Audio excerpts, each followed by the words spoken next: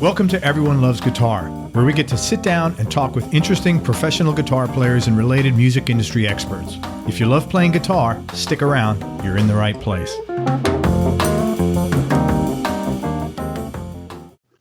Hey everybody, this is Craig Garber from Everyone Loves Guitar, and I've got a really great guest, and I'm with Anto Drennan today, and I saved this episode. This is actually our 300th episode, so I want to thank everybody for supporting the show and for listening, and I wanted to have a really special guest, and we have one. Anto is an incredibly tasty player. He's out of Ireland, and I think he is really the true essence of a sideman in the sense that this is a guy who has supported many major acts, and we'll talk about them during the conversation.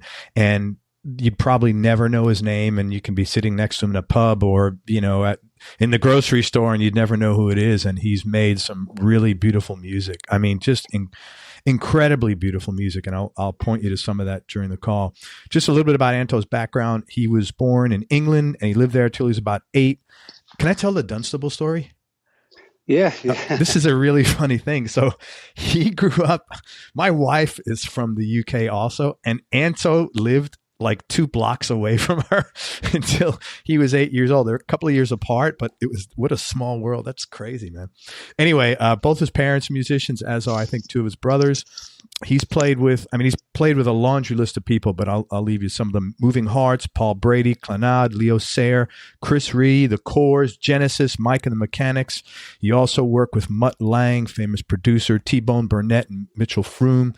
He's played in front of the Pope in Rome, the Clintons in the White House. He's played at the Queen's Jubilee concert at Buckingham Palace, and he's played literally with every great rock star imaginable. He's toured with the Stones, playing for Nelson Mandela. And he's got a lot of cool stories he's going to share with us today. And I'm just going to, ask him a question or two and sit back and shut up. And mostly let him talk. And he's recently played with Nick Mason from Pink Floyd and Roger Taylor from Queen. Man, I can't thank you enough for coming on the show. Thanks so much for your time, Anto. Thanks very much. Great. Thank you. And he's a really nice guy. And I'm going to try to get him to not be so humble. You played, and I'm going to go over some of the people he's played with. You play with some super high profile and super successful artists. And for example, you played with Gary Moore, but I'm sure your first gig early on wasn't with a guy like Gary Moore. And I was curious if you could talk about your journey from. Well, I didn't play with Gary. I played with Rory Gallagher, but I've met Gary a couple of times. Yeah. Great. Okay. So you play with Rory. I'd like to hear both of those stories. Yeah. God, okay, my God. But talk about your journey, like how you first started playing professionally, and how did you move from point A to, hanging out with Gary Moore and playing with Rory Gallagher? Yeah. Well, I was born in England, and it's kind of strange really, because whatever, 7, 8, I can't remember when it was, but when I came over, it almost seemed like literally the day after I moved to Ireland, I was looking back at that other person thinking that was a different guy. Like, it was such a change to be in Ireland. I don't know what. So, and my father was a draftsman in Dunstable. So, but when he came back to Ireland, he worked for a while in the post office, and then he became a professional musician. He was obviously always a musician, and my mother was a piano teacher and stuff. So, what did your dad play? Guitar? He played piano. They're both piano players. So he was a sort of a serious, jazz and classical musician. So like a lot of famous jazz guys would come over from Chicago or whatever, and they would get him to play the piano because he was authentic for that. But, it was kind of a crazy jazz music house, maybe, with all the negative things of the stereotypical jazz, with drink and all this sort of stuff. So it was kind of there was a lot of music around always, a lot of classical music. Funny enough, it sort of delayed my rock music because I was more interested in football. There was sort of classical and jazz going all the time. I didn't, and I kind of avoided music, until my brother then saw a friend of ours came and he had a guitar and it inspired him. So I was watching this and I started doodling around, like really struggling very hard to play like Sound of Silence or something, like really terrible. I was so bad. And then it just sort of developed. We had another guitar then that got broken the nut got broken, so it only had 3 strings, and I just used to do it along with the television. And for some reason, the fact it didn't have 6 strings, it led me to be more playing melodies. And I suddenly kicked off. I was just playing the melody all the time. Anything I'd hear, I'd find it. And that was kind of the key. In fact, the fact the guitar was broken, I just ended up finding the melody to everything I heard, you know. And then I played, then we sort of had an explosion of listening to, you know, The Who, The Kinks, Led Zeppelin 2, Mountain, that was a big one, Aqualung, that kind of stuff, you know. So just with like in a year, we just completely. So I was learning fast then, and somebody recommended me to another school band or whatever. I went and played, and I was, you know, I was not that I was better than them, but I always played within my ability. But I always sounded more like the record, you know, where I didn't sound like a beginner, even though I just played simple, but.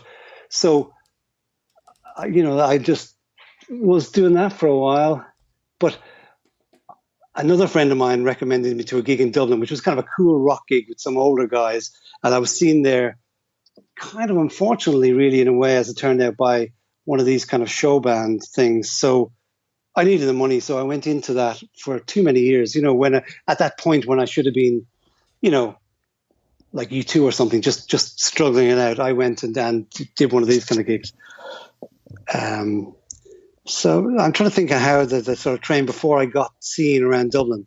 But eventually, anyway, I got back into a little band in Dublin and was seen by the bass player of a group called Moving Hearts, who are very famous. They're kind of like the equivalent of maybe Weather Report or the Grateful Dead, a kind of a big ensemble. Oh, wow. Really unique, probably the kind of music that led up to something like Riverdance. That became the kind of successful face of it. But this was a really innovative, big ensemble musicians. And we traveled everywhere. So it would have, you know, really burnt ourselves out. But they also was lots of financial truth. It was such a big group, and they were always playing charity gigs and all sorts of different things. So eventually we played a final farewell concert in Dublin. And because they were such a kind of an iconic group, everybody in the music business in Ireland came to see the show, you know, and I had a bit of a feature in it or whatever. So it's almost that was my showcase, because after that I just started doing loads of things for all like there's these Clannad and Paul Brady and all. Like I got the calls for this, and it kind of led to other. But before that, it was just complete obscurity. You know what I mean? But just that show, where it was like, say goodbye to this great group, which they didn't. Eventually they came back, but just everybody were there on that night, and I was playing on that night, you know. So that was sort of like, it was like, who's that guy, you know? So you're very much in the right place at the right time with the right people. So. And it was kind of, and maybe music changed a bit, because a lot of times, maybe a few years before, people would have said, you can't have electric guitar in that music. But at that time, then it was, you know, moving on, it was kind of a mixture of two things. So, and that led to things that people then, like, you know, a lot of international people, that was their favorite group. So it kind of, you know, like we went to America then. Paul Brady, I toured with Paul Brady. I went to America. We finished our tour. Then he had to do the David Letterman show, but he kept me on to play with him. So we played, I can't remember which one it was, Saturday night or whatever, they did Letterman, but with the band, you know, the house band, Will Lee and all the guys, with me on the guitar. And it was great, you know. So that's so cool. That was really good. That was sort of my, and then eventually, because of that, I got a gig with Chris Rea, which is more the first kind of international show, you know. Yeah, but that being just one thing, that being said, that you had that showcase, that was good timing. But man, everybody, you didn't get 20 people calling you up from there because you played poorly. You know, you delivered the goods, man. So, you know, don't. There is a component of luck, but you know, luck is a byproduct of, you know, hard work and stuff like that. It is. And actually, it was a good few years to get to that point. You know what I mean? Yeah, for sure, man. Wow.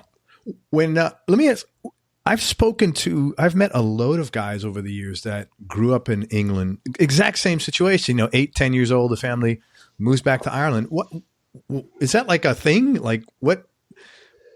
Well, I've met so many guys. Yeah, it's funny. I wonder sometimes what it would have been like if I'd stayed, probably kind of a football hooligan or something. I don't know. But my mother didn't like it. She just didn't feel happy, even though so we came home, it's quite different. It was quite different at the time. I mean, and I wasn't aware. Probably I was 8 and I ended up in the very first day I had a full Dunstable accent, and the very first day I went to a playground and I was all guys going, "Hey, you little English bollocks," and I was like, why are they saying that to me? Because, there's a sort of a history with the two countries as well, even though they're very close. Sure. It's funny. I'll never forget my mother-in-law first time she heard my daughter on the phone. She goes, "Oh, she's got that horrible American accent." But it took us a long time. I mean, I still had the accent until I was about 12 or 13. And it took a long time to change the accent. Yeah. So after you started getting these gigs, really, it never stopped. Well, I mean, that's the thing. People, when you look back, there's a lot of names. I mean, I'm terrible because I forget about them and think, oh, yeah, I did play with that. But sometimes you get that gig and you finish, say, after 9 months or 6 months on the road. You don't do anything for another 6 months because it's almost, you pay the price because nobody gives you a call or they think you're away or, you know what I mean? So you do have, it's not a constant thing, but I did I played a gig. I got a call, another one of these little luck things. I got a call to come in to play in a club because they said Leo Sayer was playing and he wants to come along afterwards. So I was playing with this band. And he walked in and we got on great. He just liked it and called me to do a tour with him. So I toured with him and he's fantastic. He's an amazing kind of artist. But about a year later, we did an awards show in Dublin and it was for like all Irish artists and different things. And I was playing with 2 acts with Leo doing When I Need Love. It's his big hit. Oh yeah. And it has a big sax solo. Yeah. And with that one, because there was no sax player, I was doing a kind of soul-y blues solo. So I said, that's fine. And another guy, McCartney, which was a slightly country thing where I played maybe sort of a steel guitar kind of sound, Hank Marvin. But anyway, so we're playing the show.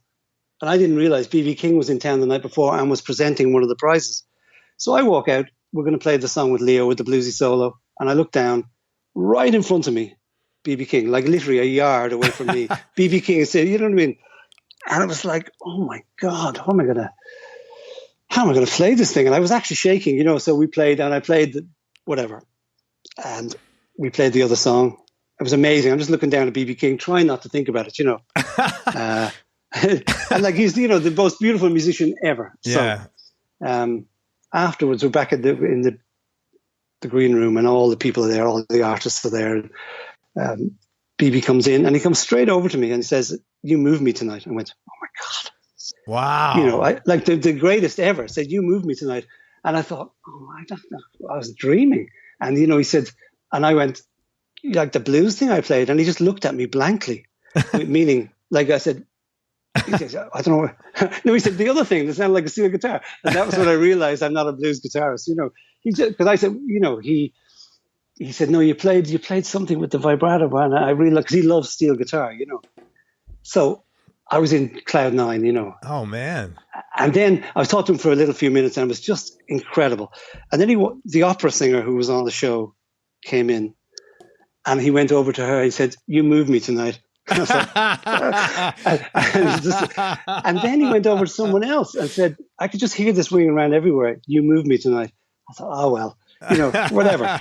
So it was I was still thrilled. Took the wind out of your sails a little bit. Yeah. But afterwards, he came over to me and then went into big detail about what I played and spoke to me for a whole hour, talking about everything. Like he loved, and he said every little thing I was doing, he had noticed, and he talked about it. So I'm taking him on his word, Yeah, of course. Yeah. And he was great. He really was the nicest guy, That's why. You must have been nervous as hell. You're looking down and BB King is there. I couldn't believe it. I just saw like literally, I could touch him. He was right in front, Wow. So especially, I thought, oh no, I've got to try some kind of bluesy thing in front of him. Yeah, and that's a big risk there. Yeah. Hey, I'm going to just throw out some names, and I'm going to shut up and let you tell stories, like maybe how you connected with these guys and any kind of cool or interesting stories about them. Genesis and Mike Rutherford. Okay. Well, I mean, it's all in different order, really, because I was playing with the Corrs, and we were in Australia, and it looked we'd done an album that had done very well. It had done and we were going to. There was another album on the cards, but it actually looked, the business is tough, even for them. And it looked like it was slowing down. And the agent came over to me and said, "Do you want to do an audition for Genesis?" I said, no. I know these things. I love Genesis. I grew up, it's one of my favorite music in the world. But it's always like they make up the numbers and somebody in the camp gets it, you know what I mean? So I just defensively said no. And he said, okay, because he heard me play and he thought, well, maybe. And that was another one of those things about just being, that night he happened to be at our gig, saw me play some solo in the band, you know. And they were looking for a touring guitar. Genesis was looking for a touring guitar. Yeah, they had a new album. Phil had left, and they were doing this Calling All Stations tour, so they were looking for a guitarist. So I went home. About 2 weeks later, somebody phoned and said, they've tried all these guys, like lots of really famous guys, that said they haven't worked out. Maybe they're, you know, like I kind of grew up with that kind of proggy music, even though what they do. So I had a sort of an instinct for it. They said, "Do you want to just come over?" So I said, "Okay." And I didn't even listen to the music. I just was so kind of burnt out from playing touring that I hadn't even. So I had one album. I put it on. So I went over, thinking I wouldn't get it, but I made a very, very conscious effort to focus on what I thought they might like. You know what I mean? It was the only time I've ever done this in my life where I thought, okay, like this is Genesis, wow. And I just really thought, I said, what do I think Tony might like here, or what do I? And they just played a piece of music, and also the gig with Genesis was a bass and guitar gig because Mike plays bass and guitar. So when when he's playing the guitar, I'm playing the bass. So that's part of. Oh wow, that's part of the reason, probably. That's a cool gig. Yeah. So when I went over, sort of blagged my way, you know, they were asking questions, and I just sort of replayed, and I played some things that were kind of in my background from what I thought they played like, and I just forgot about it, you know. And I got a call a couple of weeks later, said they liked it. And it was like, I mean, you're talking about some really heavy duty cats going for the gig, but maybe they were just not in that idiom, you know. And I had sort of something that I grew up with it. I loved it, you know. Like even the bass, probably I had been listening to Chris Squire and listening to Mike, and maybe I had a feeling for the kind of thing they would like, you know what I mean? Whereas maybe the other guys would have been just amazing rock guitarists, but didn't that particular English sort of, classical rock or whatever it is, you know. So you must be a pretty darn good bass player. Well, I mean, as Mike still introduces me, he said even now, and this is years later, I'm becoming a good bass player, you know, because he's an amazing bass player. You know? Yeah, he's phenomenal. But anyway, so that's what happened. Then I got a guy to dep for me in the Corrs, which is probably the luckiest break I've ever had, because after the Genesis thing, I got the gig back, and that's when it took off with them, you know. And what was amazing about the Genesis gig was that I thought we'd be arriving over. It's very complex music, some of it anyway. I said, well, we'd be talking. Am I playing bass? Are you playing guitar? You play this, you play that. So I arrived over. It was all set up. Next minute, this is in England. This is in England, yeah. Next minute, they're counting in the cage. It's like a highly complex piece of music from The Lamb Lies Down. And I said, stop.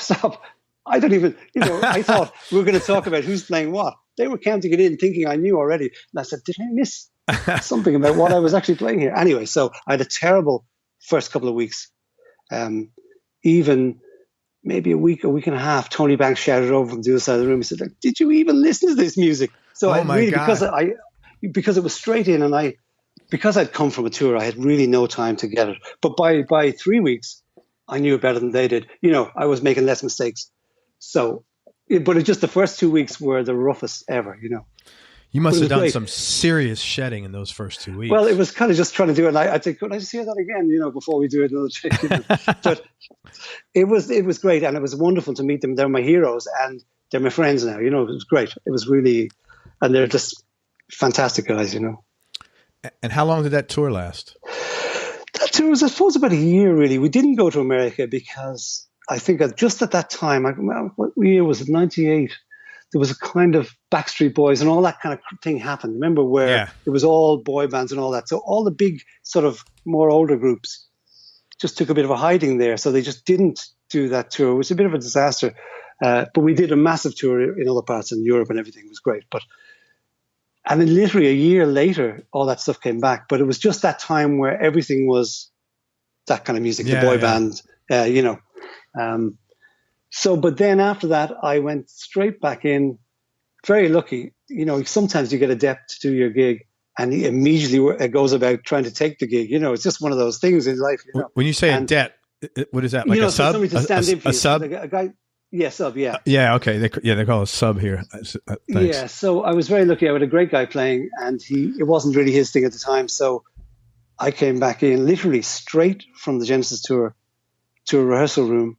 And then we did this tour, which started off in these kind of theaters like Hammersmith Odeon, Oh, wow. And literally on that same tour, it all clicked for them. Their albums went back in the charts and they were 3 albums in the charts. And we ended up on the same tour that was starting in these theaters. We added like 5 Wembley arenas at the end of the tour. It literally just went global, That's great. So that was the biggest lucky break for me was getting the gig back, really, So did you have any downtime at all from between Genesis and the Corrs? Not then. That was straight in. Wow. So you must have been... That was straight in. And then we were a couple of weeks at home or something then afterwards, but during it. But yeah, that was the way it worked. But, you have to do it. Oh, no, you got to do what you got to do. You got to make hay while the sun's shining, for sure. But they really worked hard. I mean, the band...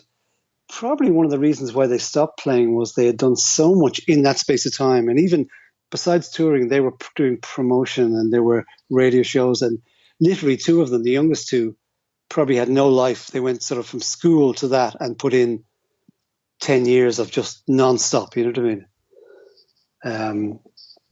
They worked hard, but it actually paid off. Like they became mega for that time. Yeah. Literally, well, everything joined up. All the things, every radio show.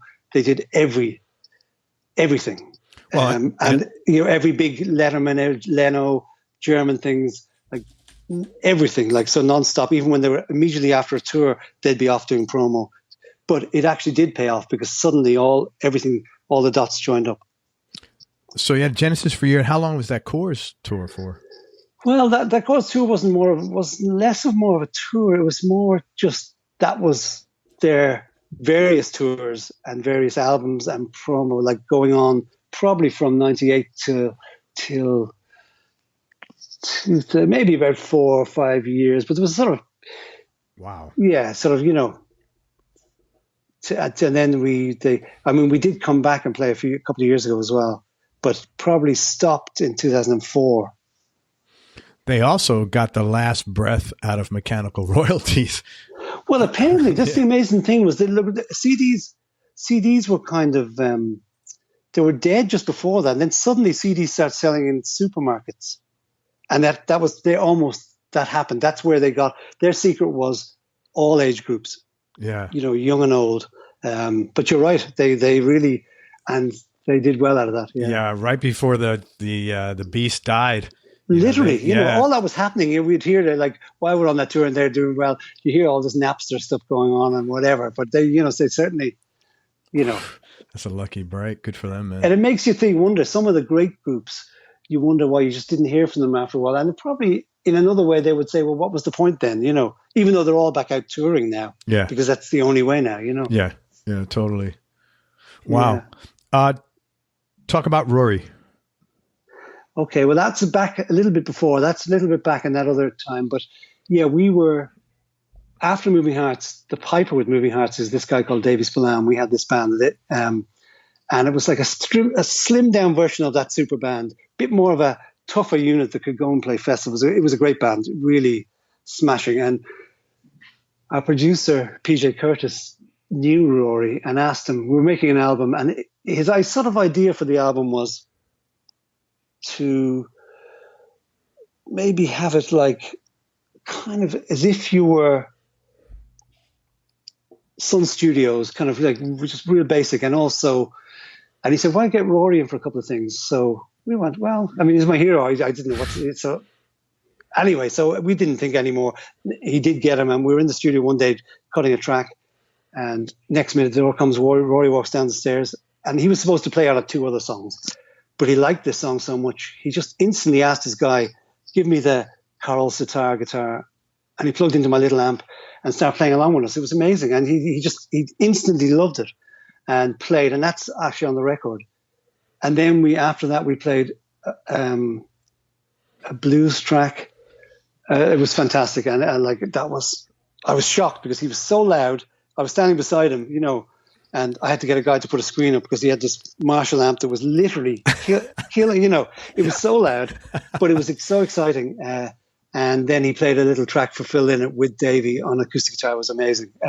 But he was on the way down, Rory. Like his health was suffering a little bit then. Yeah.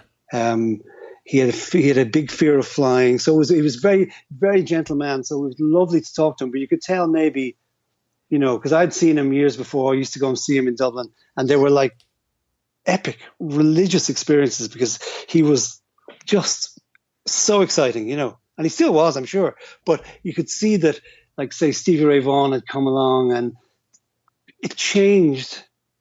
Guys like Rory were suddenly, from then, you know what I mean? There was a different sort of thing, had happened, a different kind of blues. So he would have been more playing in Germany or blues circuit, there. Even though, like, he really is one of the greatest ever.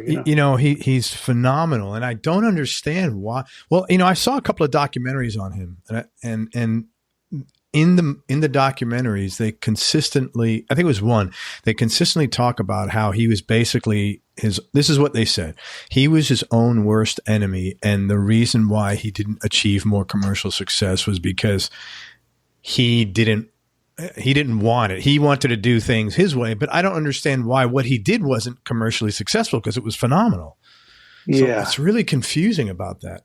It is a funny thing as well where, even probably before that music had changed. So Rory's albums had these more songs on them, which were great too. I mean, my favorite Rory is like Live in Europe, where it's just this blues rock thing. And acoustic as well, So maybe he's moving towards, like, the punk thing happened. All that stuff happened at that little short period of time that probably knocked him off track a bit, Same with Lizzie. I mean, Thin Lizzy were just an amazing group.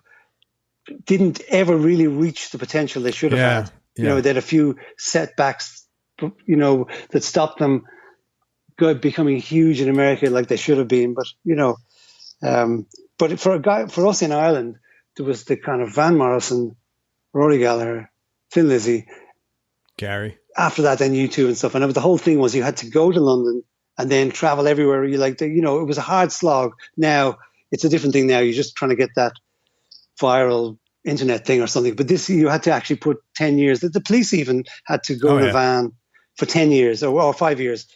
Put in, otherwise it doesn't do it. So this is these are all our heroes that had to do that. But Rory was incredible. Incredible. Even his acoustic playing, he might have been a better acoustic player than an electric player. I mean, yeah. In fact, I always felt that his electric playing even was a bit more like electrified country blues rather than Chicago blues, or something. He had that, he could play everything he played on an acoustic guitar, Yeah. He was phenomenal on that, really. Wonderful. People still play. I was at a blues concert, I don't know, about 2 months ago.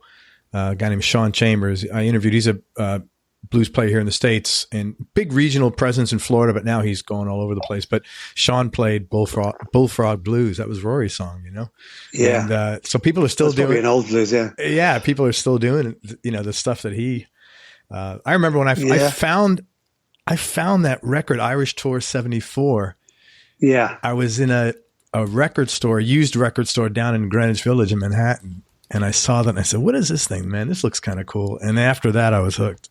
You know, that was the big album over here in the States. Yeah. Now, I like that album. And there was sort of a movie that goes with it too. It's a documentary. It's great. But I just love the sound on Live in Europe. It's a crunchier, darker. It's beautiful. Whereas it sounded more like he's using sort of more bright, piercing Fender amps on the. Well, I think he had an old AC30 on the Live in Europe. In fact, I met Brian May, and he talked to me for ages about how he'd go down to see Rory in the Marquee, and his whole sound is based on Rory's sound. It was that dark channel in the old AC30 with the Rangemaster, and like Brian's whole sound is Rory's sound, but he just used it different. But he said he owes it all to him, you know.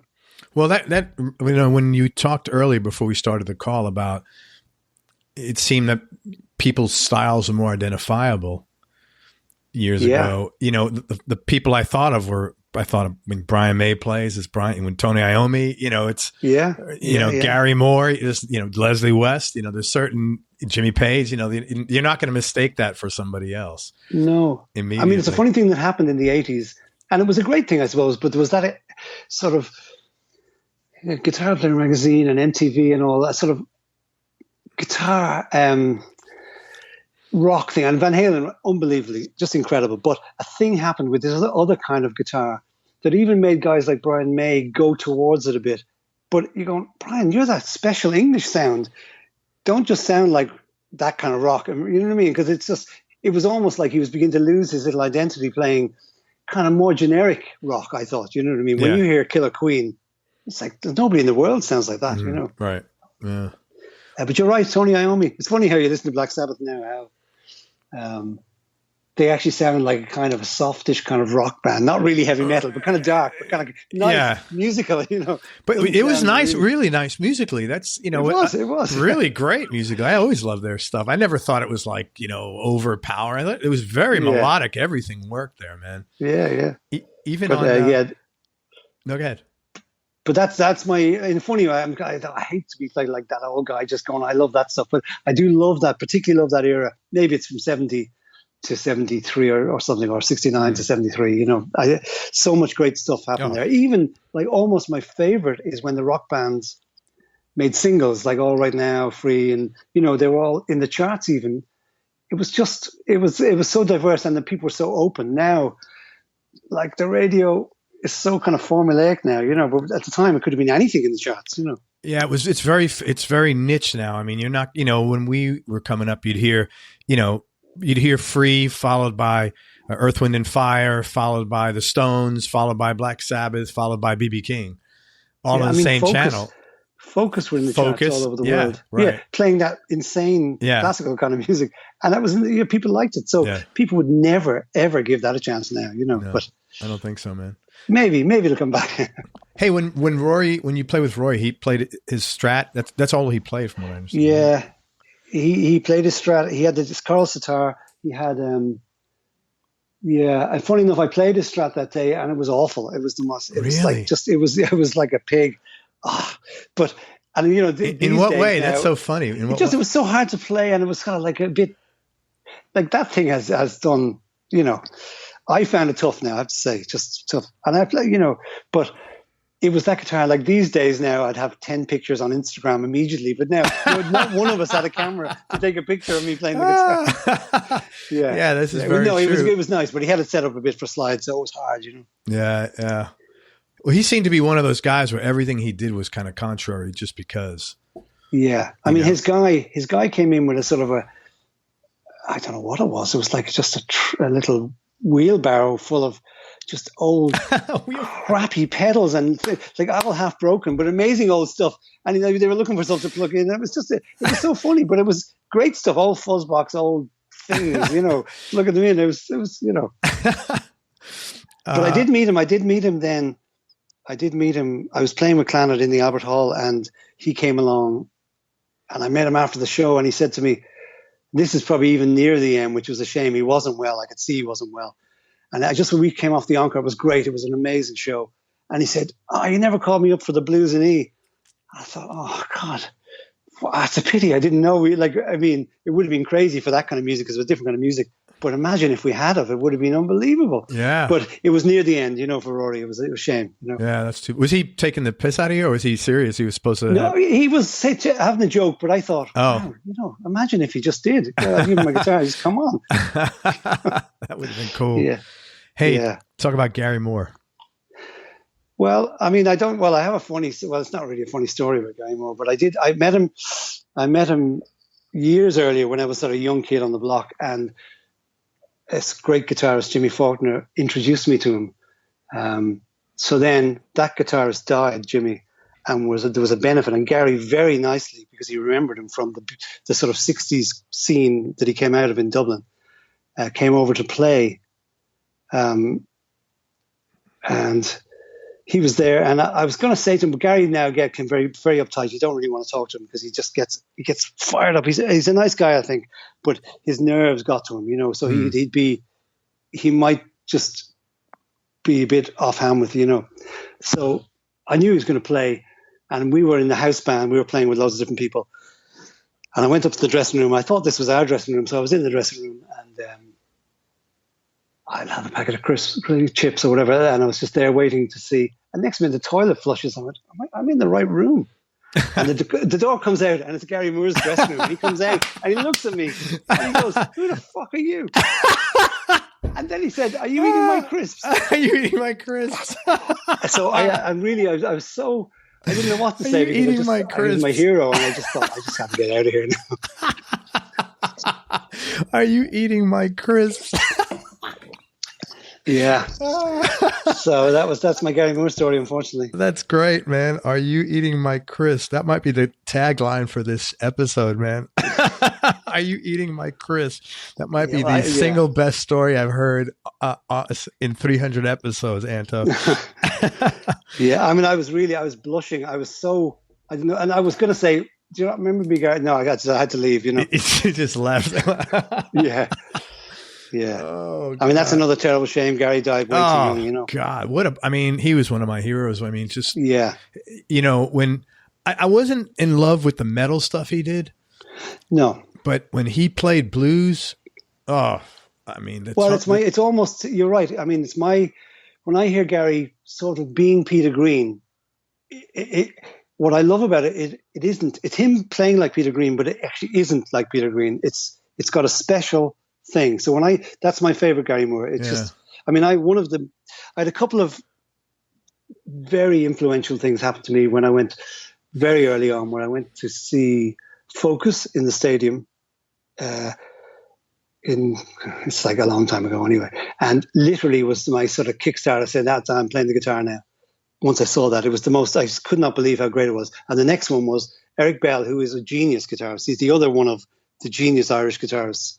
What's his name? Eric Bell? Eric Bell. He's on the first 3 albums of Thin Lizzy. You have to check him out. He's the most creative. Actually, I'm not saying better than Gary Moore, but he was in that band, and he was incredibly diverse. Like, it could be Django Reinhardt, it could be Jimi Hendrix, it was everything at once. Absolutely a genius guitar player. But anyway, is he still alive? He's still alive, yeah. And he was kind of a bit delicate, maybe. He couldn't take the slog of, like we were saying, what you had to do to get there. And in 73 or 74, he just played in his hometown, Belfast, and left. So Gary Moore literally at the last minute came in for the next show. And Gary was very young and played this show. And I saw that gig. Oh, wow. That was probably the thing that, like, maybe kickstarted me like a year or two in level. Like, I literally saw the gig, went home, played the guitar all night long for 12 hours or something, and was a different musician the next day, just because it was so exciting. Now, Gary Moore at that stage was unbelievably exciting. But so that was so he was a massive influence for me, But as you say, I never really liked that extra shreddy thing. I liked the kind of rock thing, and blues he was absolutely special at that. Well, the tone he got, the sustain, the vibrato. I mean, yeah, it's beautiful. Yeah, and the thing about these guys, if you listen to their vibrato, for example, this is one of the things I like. Is it's always a bit different. Like Peter Green, it might be fast, it might be a bit slow. It all just depended on the note. Where a thing happened, a little bit afterwards where guys have a kind of a preset vibrato, and it's great, but it's almost every note is going to have, like it's a synth, it's going to have that thing on it, no matter what your emotion is or whatever. Whereas these guys, he just has it like Peter Green, you know, it's whatever he's feeling. He might not have any vibrato. He might have a little fast one, or he might have a little absolutely stunning, you know. Well, that's a difference that, you know, the difference between, you know, great and incredibly great is not a number, is not 10 degrees or 10 clicks. It may be 1 or 2, but those 1 or 2 clicks are so subtle and so critical. And that's exactly part of it. I think what you're talking about, you know, is having that, you know, when David Gilmour plays his guitar, you don't mistake who it is. You're not thinking, oh, no, it's true. Freaking David Gilmour, man. You know? I'm a big fan of the kind of metal era Dave Gilmour, because in a funny way, not that I think he was more creative, but like he was really doing other stuff as well. Like he probably he's sort of aimed it down to a kind of a bluesy, beautiful bluesy thing now. But then it was that plus all this other stuff, you know, like really using his old Echoplexes or whatever he's using, Bensons and stuff like. But I love, fantastic. It's funny. And you know his sound anyway. Oh, I think metal is when he became David Gilmour, pretty much. Yeah. You know, Echoes, that was like. It's incredible. I remember listening to that the first time in my apartment in the Bronx, and with my old phonograph. And I said, this is not like anything I've ever been exposed to, man. It was just incredible. That first, like I felt, it was the kind of music that you felt like you were stoned just listening to it, even if you weren't, because it was so like, wow, where, you know, how did this come about? You know, I did anyway. Yeah. No, go ahead. Sorry, Anto. So, go on. That's fine. What were you going to say? Okay. Since we're talking about Gilmour, talk about Nick Mason. What'd you do with Nick? That was I played with Mike. All those kind of guys, like, you know, these rock star guys live in Surrey in England, so they're always involved in different things. And this was a big charity show and actually I didn't realize, because I pay no attention to golf, but it was the opening of the BMW thing at Wentworth. That's what I was looking. Anyway, so it was a big charity show for two big charity, you know, and Roger Taylor was going to sing a Led Zeppelin song, Queen song, and we have the singer for Keane who sang Under Pressure with Roger Taylor, and then Nick Mason was going to play Comfortably Numb and Wish You Were Here. And, you know, Roger was great, and he came in to the rehearsal. He wasn't going to be playing the drums, but he had a drum tech, he had a manager, his assistant, just because he's on tour at the moment, so he had the full trappings. Nick just came in on his own early, just hanging around all day long, just hanging as a muso. Just That's like, awesome, whatever. man. He just likes hanging around with musicians, you know. He was just there, and so we rehearsed. I thought, this is great. And he was very nice to me. He said, he really liked what I was doing. And on the show, we were playing. Now, we have a drummer who's a very fantastic, really powerful, you know, modern kind of drummer, powerful. So then Nick gets up to play Comfortably Numb. And I thought, you know, like when you're at a wedding and the bride's father gets up to play the drums, and it was like a bit, geez, where's the bass drum going? What's happening? It was all so loose and sloppy, I thought. And then after a while, I thought, this is beautiful. And I was playing the guitar, and then I came to my solo, and the drums did something weird. It was like he was playing, and I suddenly realized why. Like, I'd never sounded like Pink Floyd before, because it was the drums that were doing it. He was doing something where he's getting inside the guitar, building it up, tom things, cymbals were happening then. And it was still all quite light, but suddenly my guitar sounded like really epic. Like I'd never really heard it before, because normally you start off, and if the drums are at this big high dynamic, full on, the guitar can't really compete. It can't go above it. So this was starting low and building up. Like Floyd, if you listen to Floyd now, the drums are a little bit kind of stodgy, not stodgy, but it's part of why it sounds so great. It has this beautiful dynamic. So it was amazing. I couldn't, like, considering when we played first, I thought, oh my God, what's happening? Is he forgetting to play the bass drum? But by the end of it, it was absolutely epic. It's funny. I saw, you know, the new Gilmour movie when it came out 6 months ago about Pompeii. And his drummer is Steve DeStanislaw, who's a great drummer, really good. But I have to be honest, the first thing when I left, I was disappointed, because I was talking to my wife, who knows nothing about this and just lets me ramble on and has done that for 26 years. But I was talking to her and I said, I really miss Nick Mason, because even though, the Stanislaus great, but it wasn't. I missed him. It really did. It was quite apparent to somebody that has listened to thousands of hours of Floyd, Yeah. I mean, the amazing thing with those two guys is, and amazingly enough, like say when Roger did his stuff, he had Rick Wright with him. And so when David had him at those times, and it was actually amazing what that added to it as well. It's almost like he was so cool that he really validated what they did with that sound. And Nick the same, Yeah, 100%. And it's just the nature. We've now been accustomed to, quantized stuff, drum machines, computers. Like people hear big, loud, in time music, whereas you listen to like some of those old records, they're not like that, No. They're more crusty and a bit fumbly, Imperfect. They're human, man. They're human, Talk about when you played at the White House. Yeah, that was a good one. Well, see, the thing, I mean, we certainly got to a lot of incredible places with the Corrs, just because, they're incredibly talented, they were very successful, and they were beautiful. So that just gets you somewhere. Like, you'd be somewhere that if you were just with a load of guys in a band, you're not going to be there, So I think that one was, we played some kind of Christmas carols thing or something in Washington, and we were there. Chuck Berry was there. We were sitting with him, and it was, it was amazing. Did you get to play with Chuck? We didn't get to play with him, but he was on the show too, and he was the coolest guy, And we do have a photograph of that somewhere. But then there was a party afterwards in the White House, and you're talking about a do like this. It's a world thing with all the politicians and dignitaries and social. The security was outrageous, but there was, I don't know how many people. There was 1,000 people there or something. And so we went over after the show. When the girls, of course, sometimes didn't bother. They would go and they said, we're not going to go. So they didn't go. It was just me, Jim, and the bass player went. Me, Jim is the brother, and Keith, the bass player. So we went. And a lot of times these things happen where we're only invited there because of the band, the girls, and they just see us three walking up. So anyway, we were there having it. And funny enough, Bill Clinton's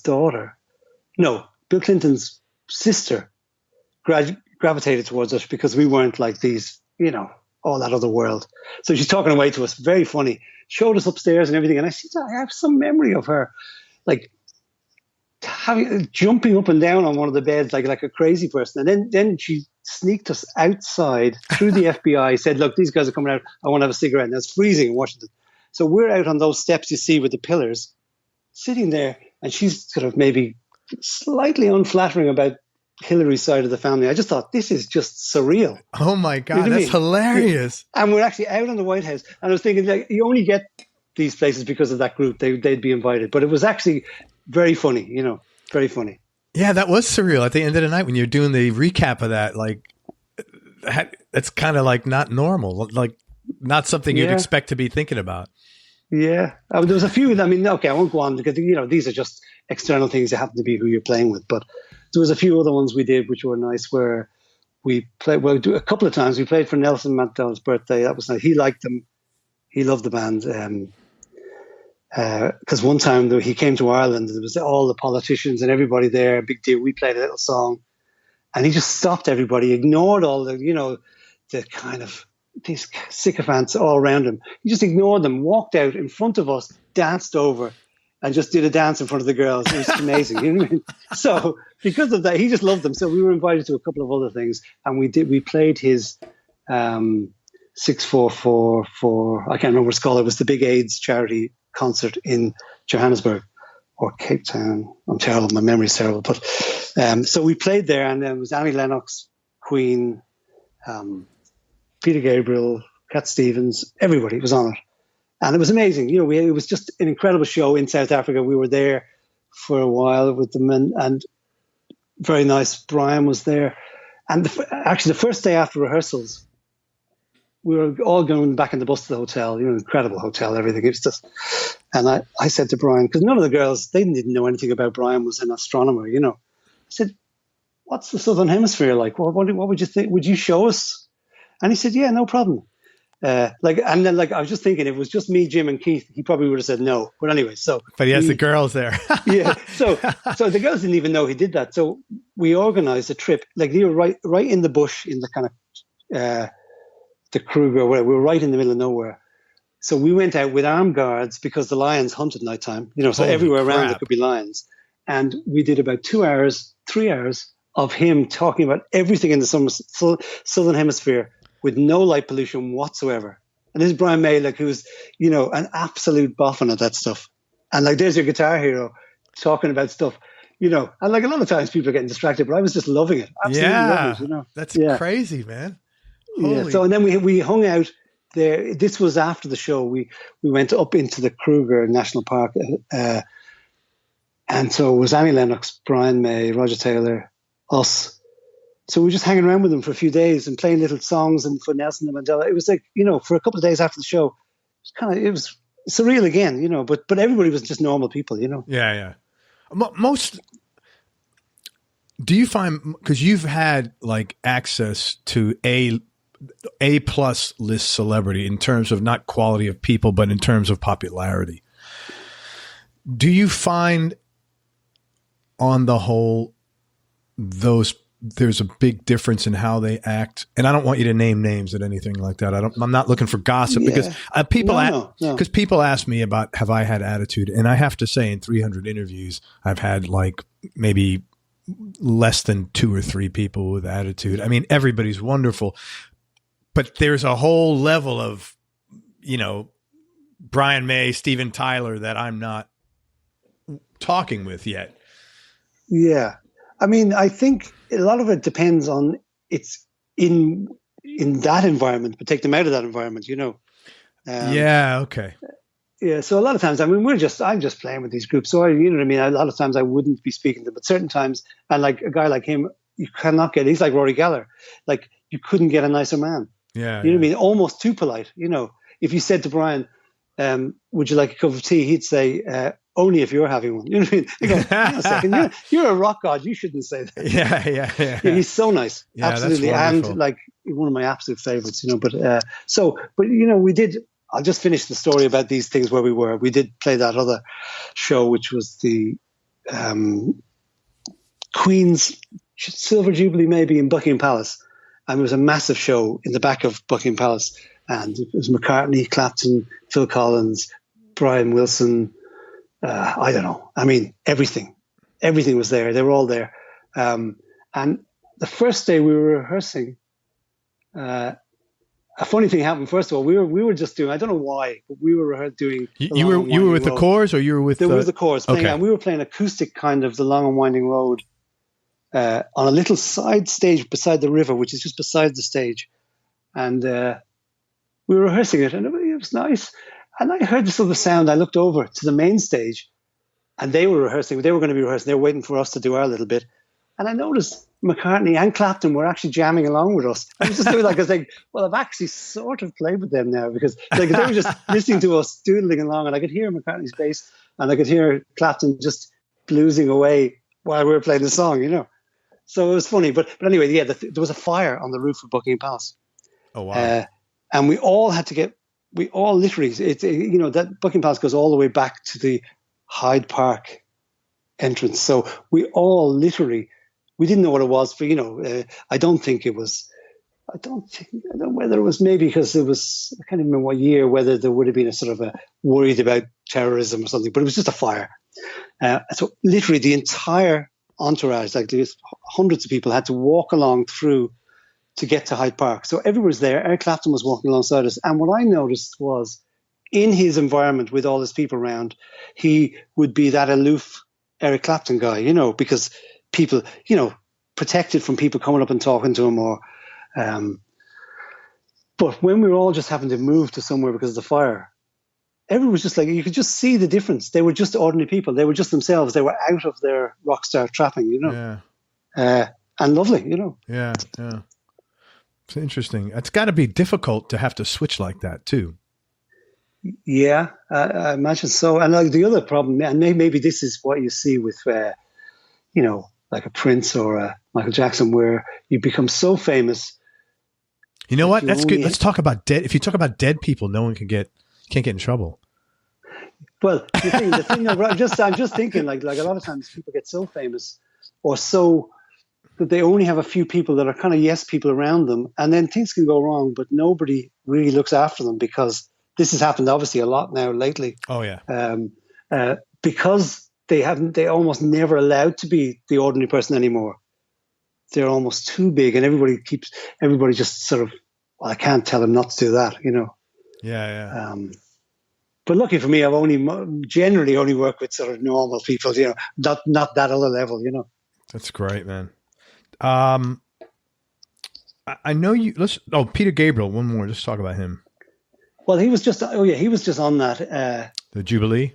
Yeah, well, I remember. That's one thing I sort of always feel kind of embarrassed about one time, because I know that he loved, like, say, the group I was in, Moving Hearts, and all that kind of Celtic music and David Spillane. But when we were at the airport going home, I was with him because he was on the trip with us, and he was lovely, really lovely. And I talked to him about Genesis because, you know, he was the original singer. And, yeah, you know, it's so funny. You realize that in groups, right till the end, even though they're old guys or whatever, they still have all the issues they had when they were a school band, you know, all the baggage, so the funny stuff about it, you know. But anyway, he was asking me what I was doing, and I don't know why I didn't mention any of those things. I was saying, oh, this is a guy in Dublin. I work with a few people like Kylie Minogue, and they're all great. They're pop things. And he went, oh yeah, really? You know, whereas if I'd actually said these other things, he would have gone, I love that music. I said to my own thing, I said the wrong thing, you know. That's funny. I know we talked, and you had mentioned something about luck, and you said, look, we're getting a lot of these Sideman gigs. There's a lot of luck involved. Well, like I said earlier, you know, you haven't lucked yourself into an entire career's worth of great gigs. Not by a long shot. It's not possible. Yeah. It's statistically impossible to luck into that. And so this is probably a tough question, but like, in your opinion, what would be the top reasons, 2 or 3 reasons, why you think you've been hired for all these high profile gigs, and what made this happen outside of being in the right place at the right time? Like, what are you bringing to the table? And I know that's a tough question because you guys, especially you, I know you're a very, very humble dude. Yeah. Well, I mean, I think certainly some of the people, like, say Chris Rea, for example, is a guitar player. So he plays slide and he's singing, but he would, so he needs somebody to be the guitarist playing what he can't play when he's singing or whatever, and maybe play things that he doesn't, you know. So it's very much needing that guy. And these guys have like radar. If they feel the guitar player has any kind of agenda to jump out the front or to be, you know, so maybe that's a factor where I would always try to play the gig for what is needed. I wouldn't think, here's my solo, you know. I mean, even when I did the gig with him first, I played with him about 20 years ago, and I did play with him again 4 years ago. But when I did it first, I was kind of younger, and it was a bit tough on me, you know. He was a bit tough on guitarists, you know. So I had to play the game a bit. But like, he'd say, well, you do a solo here, and I went, actually, no, I'm fine. So I actually went completely the opposite way. I didn't even want to be in the thing where I was. But now I know, I just, you know, you just do what you do best. But anyway, part of the reason I think people I've played with are actually guitarists. Gotcha. But do you think, so if I had to summarize that, I would say that you had a very acute sense of that you're in the service business and you're providing this service, and you understood that that's your job. Yeah, I mean, I wouldn't, like, that sounds a little bit, but it is exactly as it is. You know, like, I know, like, they have radar. Like, if he even felt unconsciously that I was looking for my chance to go out and play, because people are not coming to see me, they're coming to see Chris Rea. Yeah. So like, I play in Dublin sometimes, and guys say, God, I didn't hear many solos from you. I went, well, they haven't paid to see me. I'm doing what the gig needs, you know. So that is, in fact, what most gigs are like, you know. So you're supporting the song and serving the music first. I mean, obviously then you like certain gigs where you are needed. Like, I can imagine, you know, you see a gig like Pink or Rihanna or something where they need it's actually part of the show to have that guy that explodes. Yeah. But these guys are actually guitarists, so they're not looking for that in the gig, so that's probably, like, I haven't really played with that many people, but most of them maybe are in that way. So with Mike, say, he's a guitarist as well, so I was never trying to go lash a big load of stuff out. It's about the bass, somebody that would do what's needed, and he liked the fact that then I would be a bit different, and if I needed to be a bit wilder but still melodic, I would do that. Yeah. What else would be a reason? Well, obviously, I think probably being on the road, it's actually how you are with people, because you can't have a difficult guy or a problematic guy on the road, especially when you're on the road a long time. I mean, look, funny enough, with those two groups, the Corrs and Mike the Mechanics, they're different, because I've worked with some groups where it's very businesslike. You do your gig and you do socialize a bit, but it's kind of like it's work.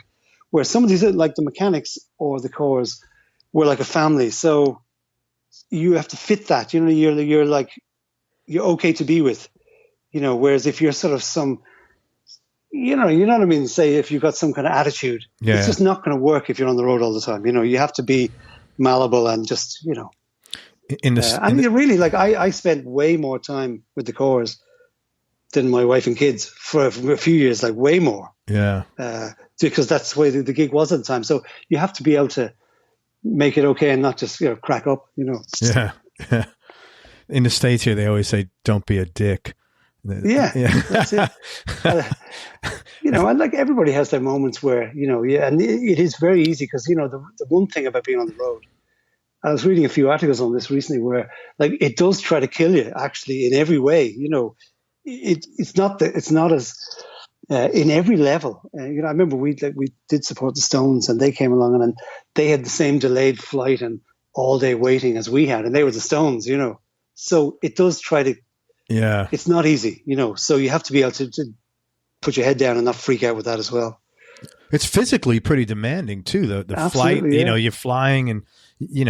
People think, oh, you're going around the world, but you're flying, man. You don't have time to do anything for the most part. With rare exceptions. It probably is actually easier on the tour buses in a way because you're less flying, but that's tough as well. You're all night and all day on a bus. Yeah, it's difficult. Do you take care of yourself? I mean, you seem like you're in pretty good shape. Yeah, I just walk a bit. I swim when I can, but I don't do any kind of, I don't eat any special food or do any, I'm active, but I don't. You have good genetics. You don't have to work at it. Well, I hate guys like you. Yeah, well, I think it's good. We've got the time now. I do need to work at it. I swim when I can, and I'd walk a lot, but I don't go running or the gym or anything. I've never been to a gym. Swimming is great though. Yeah, it is. Swimming is like. I was swimming in the sea here recently. It was great, amazing. Cold as hell. Oh my God! Yeah, you couldn't catch me in the ocean over there. Well, it felt warm to us, but when my wife and I got married, we went to Hawaii, and we actually got married in Hawaii, and we're in the water. It was June, and we're like, "Oh my God, it's freezing." They're like, "Are you guys from Florida?" I said, "Yeah." Yeah, the Pacific is cold. Yeah, you're the only people that think it's cold here. Yeah, this is a tough question again, Anto. You've been involved with so many cool projects. If I had to ask you to pick a top three, either because of the work you did or the personalities involved or just the overall richness of the experience.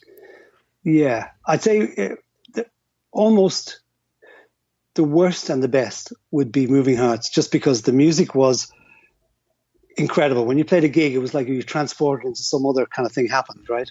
But it was also the toughest, the hardest work, maybe a lot of different characters, so it was tough, but the most rewarding playing. It was incredible, and the other ones that I suppose are the Corrs and Mike and the Mechanics are the ones that I've enjoyed doing the best, because it's like being in a family with both bands. You don't feel like you're working; you're enjoying yourself. So they've been nice. Fantastic. You grew up in England and then Ireland. What was your childhood like? It was okay. Yeah, Dunstable was. I was born in Luton, And then probably when I was about 1 or 2, we moved to Dunstable. But Dunstable was nice. We lived, the downs were out the back, and so we literally had our back garden to go onto a mountain. So we were just out there. It was nice. I did like that side of things. It actually seemed to get a bit more, life became a bit more serious coming home to Ireland. I don't know whether it's because my father became a jazz musician, which is, you couldn't think of a worse thing to become in Ireland. But I think I think it's a bit more idyllic memories from when I was in England. You know what I mean? But maybe, I don't know. I have been to the Dunstable Downs. They are nice. It is nice, yeah. But Dunstable itself, it might have gone down a little. Oh, yeah, it has. It has, for sure, man. Yeah. You said you had 2 brothers? I've 4 brothers and a sister. Good Lord. Yeah. So they all kind of like music and would have played a bit, but I have 2 that particularly play music. Both piano players, one of them piano and a drummer, You guys would play together?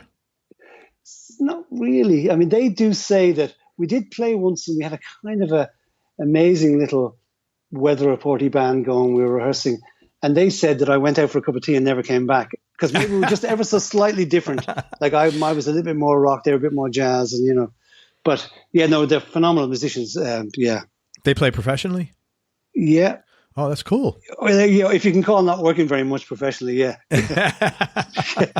Yeah, they do. But even my little brother, who was actually freaky, his ear was, when he was, I was just talking to my brother today, I was trying to find out, where did we start? What was our first little trigger? We got to, for music and getting a guitar and stuff. But we were talking about Miles, how when he just had this weird ear, my mother said she knew it even when he was in the womb. When she was teaching the piano, she knew it. But like when he was maybe 8 months, maybe, I don't know, a baby in a high chair, we'd come home messing on the table, playing like a really moronic drum beat. He would start doing triplets against it as like an 8-month-old baby. We couldn't do it. We couldn't copy him. Like he just was. And then maybe when he was a year, I came home once, he just had his hands up to the piano, like he couldn't even reach it, and was playing Paranoid, like the melody and the bass line perfectly. He was a freaky. He had a freaky ear, but they tried to teach him, and he stopped then. He didn't like it. When he was about 4 or 5, like he was playing incredible jazz things, but he didn't like being taught. It just went against him. So he picked up the drums then, and then went back to the piano. So he's a piano player now, piano and drums. Wow, that is freaky, man. That's crazy. Yeah, amazing. So he's like a prodigy. Yeah, I'm always the one that feels like I'm not a musician compared to those guys, Yeah, but yeah. Well, I would disagree with that, but I understand. Is there one particular genre of music that you like playing? Because you've played so much. Like, if left to your own devices. I've gone back with quite a fondness to a very limited sort of prog rock that I liked, that I'm just enjoying again, which is Genesis and Yes and Focus. I loved that at a time. Now, it's not prog rock now because that's some kind of metal now or something. But at the time, it was probably music. They put that label on it when it was not blues rock anymore. When the groups like Jethro Tull, they suddenly weren't a blues band. They started doing something different. But I loved that kind of music. I love Django Reinhardt. I love Wes Montgomery. I love Jimi Hendrix. I'm not sure. I'm kind of like, my style is general, and I think my taste is general as well, Yeah. So, like, I loved, even then the music is not particularly great, but at the time when I was growing up, I loved Wishbone Ash. I loved the sound of the guitars. Oh yeah. That live album, that was phenomenal. It's beautiful. And the music is, it's okay. The singing is okay, the words, but the guitar is magnificent, So I still find that's a huge influence in my playing. That somehow that thing is part of what I would go for in my head. You know what I mean? There's like a Celtic Renaissance thing going on there. There's a folk thing, yeah. It's interesting you were talking about Dave Gilmour as well, because when I played with this band, Moving Hearts, I kind of bonded with the piper, and he played a whistle. And he loved, one of the reasons why people loved him, like he played with Kate Bush, he played with everyone, is because he could bend the notes into a pop or rock way, whereas a traditional instrument would maybe be a bit too rough. But he was always hearing blues guitar on his pipes, whereas I started, and so he gravitated towards me, and I started being influenced by his whistle and pipes. So you kind of like, I remember somebody saying you do play a kind of Celtic blues, you know, which is a kind of sound which I would say Mark Knopfler has it. Yes. Dave Gilmour certainly has it, like in Shine On You Crazy Diamond at the start. Like I would call that Celtic blues because it's not American blues. It's kind of got this other, maybe sadder, more melodic little sound in it, you know. Yeah, I would agree with that. And I would probably gravitate to that sort of sound. It's almost like they're kind of bluesy notes, but you're not bending it out too much. You're sort of smoothing them over in this kind of sound, you know. Yeah, and Gilmour certainly has it, and Knopfler has it, and I'm trying to think of a few more that might have it. But it's Gary Moore when he plays like Peter Green or he plays the blues, he definitely has it. It's beautiful, you know. Yeah, well, he played a lot of, specific, like Celtic, alternative to Danny Boy kind of. Songs, well, there was a kind of a craze. It was Fairport Convention, and then this craze happened where there was a group called Horslips, who was one of my other favorite guitarists, a guy called Johnny Feen. What do they call? Wasn't it that? It's Horslips. Horslips. Okay. I think it comes from Four Horsemen of the Apocalypse or something, but they were probably influenced by Jethro Tull, a guy called Alan Stivell, who's from Brittany, who had this kind of, it's like this folk music that had this like distorted rock guitar, you know what I mean? So somehow that got to me. So that's always been sort of a big part of what I would like is that sound, you know. It's kind of like playing your rock thing, but you're not out and out rock. You're playing it in the traditional music. So that's why probably it worked for me. I did a lot of Clannad records, including the one that Bono was on and stuff, you know, that the guitar, I could bend it in, still sound like guitar, but it wouldn't be standing out like you put a rock guy in there, you know? Yeah. What's funny, when I think, if I remember correctly, I think Martin Barr said Leslie West. That's my other favorite, was his biggest influence. And I'm a big Leslie West fan, and he's the furthest thing from rock, from folk that you could find. Yeah. I don't hear any folk in his stuff. Well, funny enough, you do hear where he plays. Sometimes he turned down and he played these other things. There was a bit of that, but like Martin definitely had a rock thing in him. You know, you could hear. Oh yeah. But like I remember Leslie West, where that was one of we had a few albums there that in that first. I think actually I didn't hear rock music until way later than I should have. Like I only got the Stones and Bob Dylan and Jimi Hendrix after everybody else, but I got them all together. We got some albums for nothing in a shop. And one of them was Mountain Live. One of them was Led Zeppelin 2. But I always remember Leslie West he's playing a little thing on his solo. It's a quiet little volume thing. And then he hits his chord. And I thought, that's it. You know, I've never heard something as heavy or beautiful as that. Yeah. You know, so I love Leslie West. Yeah. Beautiful player, man. Really beautiful player. What are some of the biggest challenges, Anto, that you've had to overcome or deal with throughout your career, either personally, music related, or business related?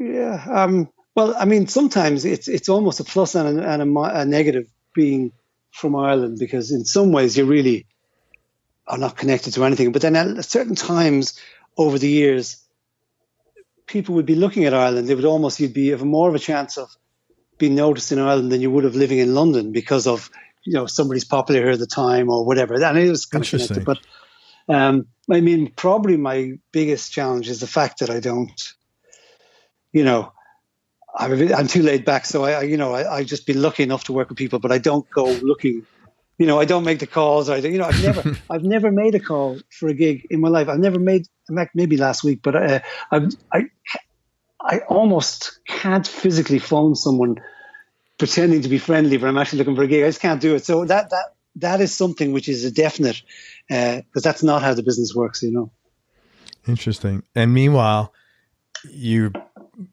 pretty steady busy for the last, 40 years. Yeah. I mean, it's funny, it's funny, I was a bit quiet there after the Corrs, and I was working with Sharon Corr. Maybe around that time you saw that clip, and I went to do it was acoustic showcase thing with her, me and my acoustic guitar and Sharon on a violin, in a club in London, and Mike was there. I hadn't seen him since the Genesis thing, and he liked it, and he came over to me and I said, "Oh, it's very nice."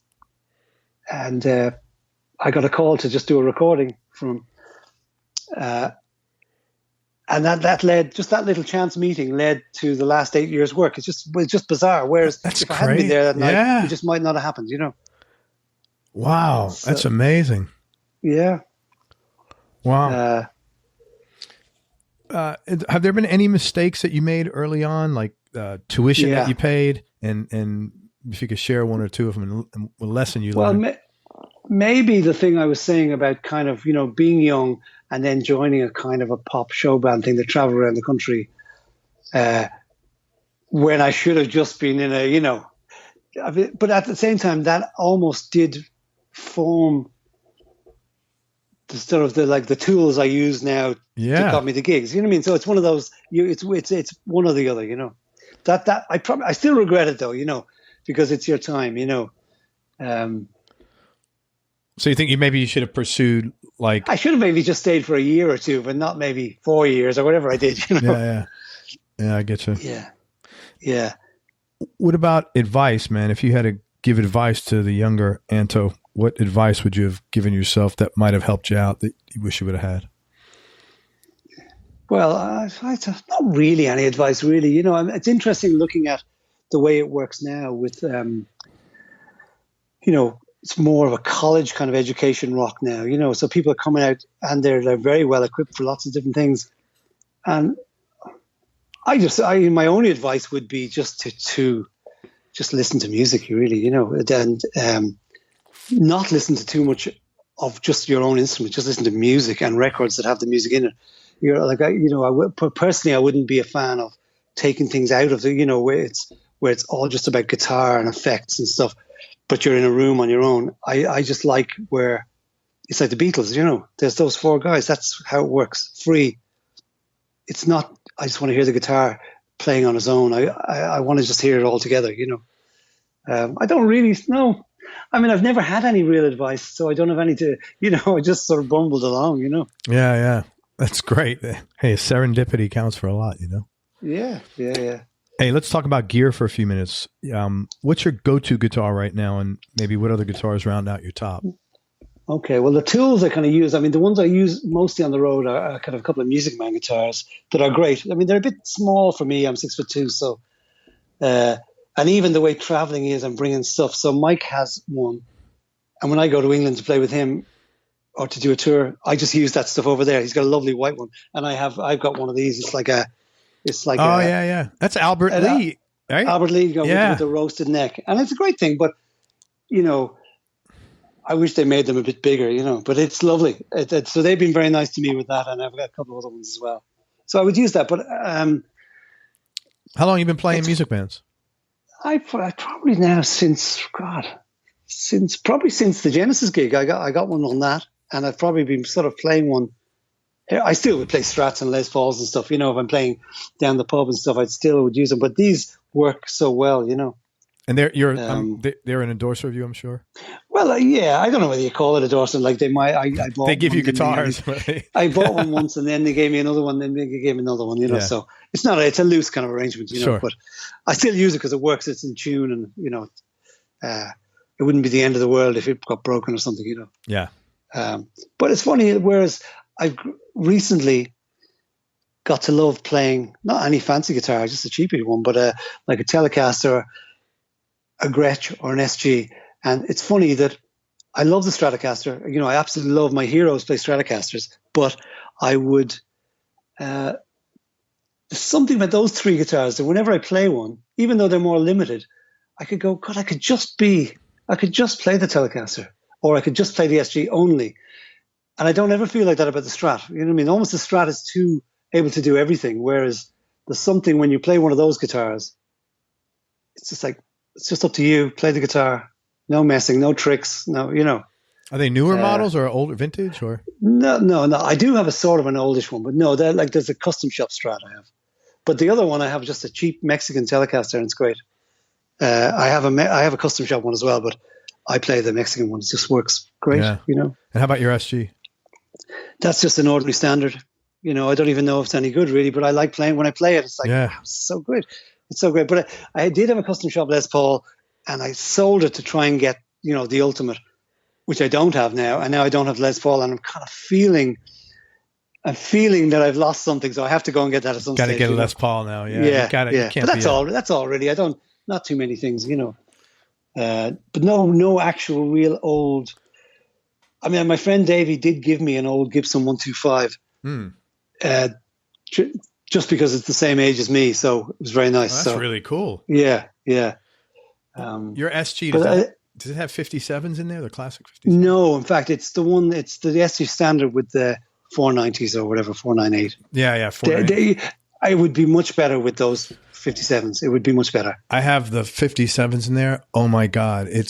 They're phenomenal. In fact, I have them in that, and I have them in a 335. I love those pickups. Now they're great. That Les Paul though has the 490 and the 498. Yeah, they're hotter. Great. I mean, what the thing about those guitars and they're amazing is that they'll get you out of any trouble because you can go in and they make a sound on their own without even now put up pedals. But after a while, sometimes it can be a little bit too hot, too middly, but they're brilliant. Yeah. But the other ones are better, yeah. Yeah, I like the 57s. They're my favorite of the Les Paul. I use a few. I don't go crazy on the gear now. It's almost like I've got amps I don't use just because the valves broke in them, and I'm just using for local gigs. I'm using a Boss Katana, and it's great. It's absolutely amazing.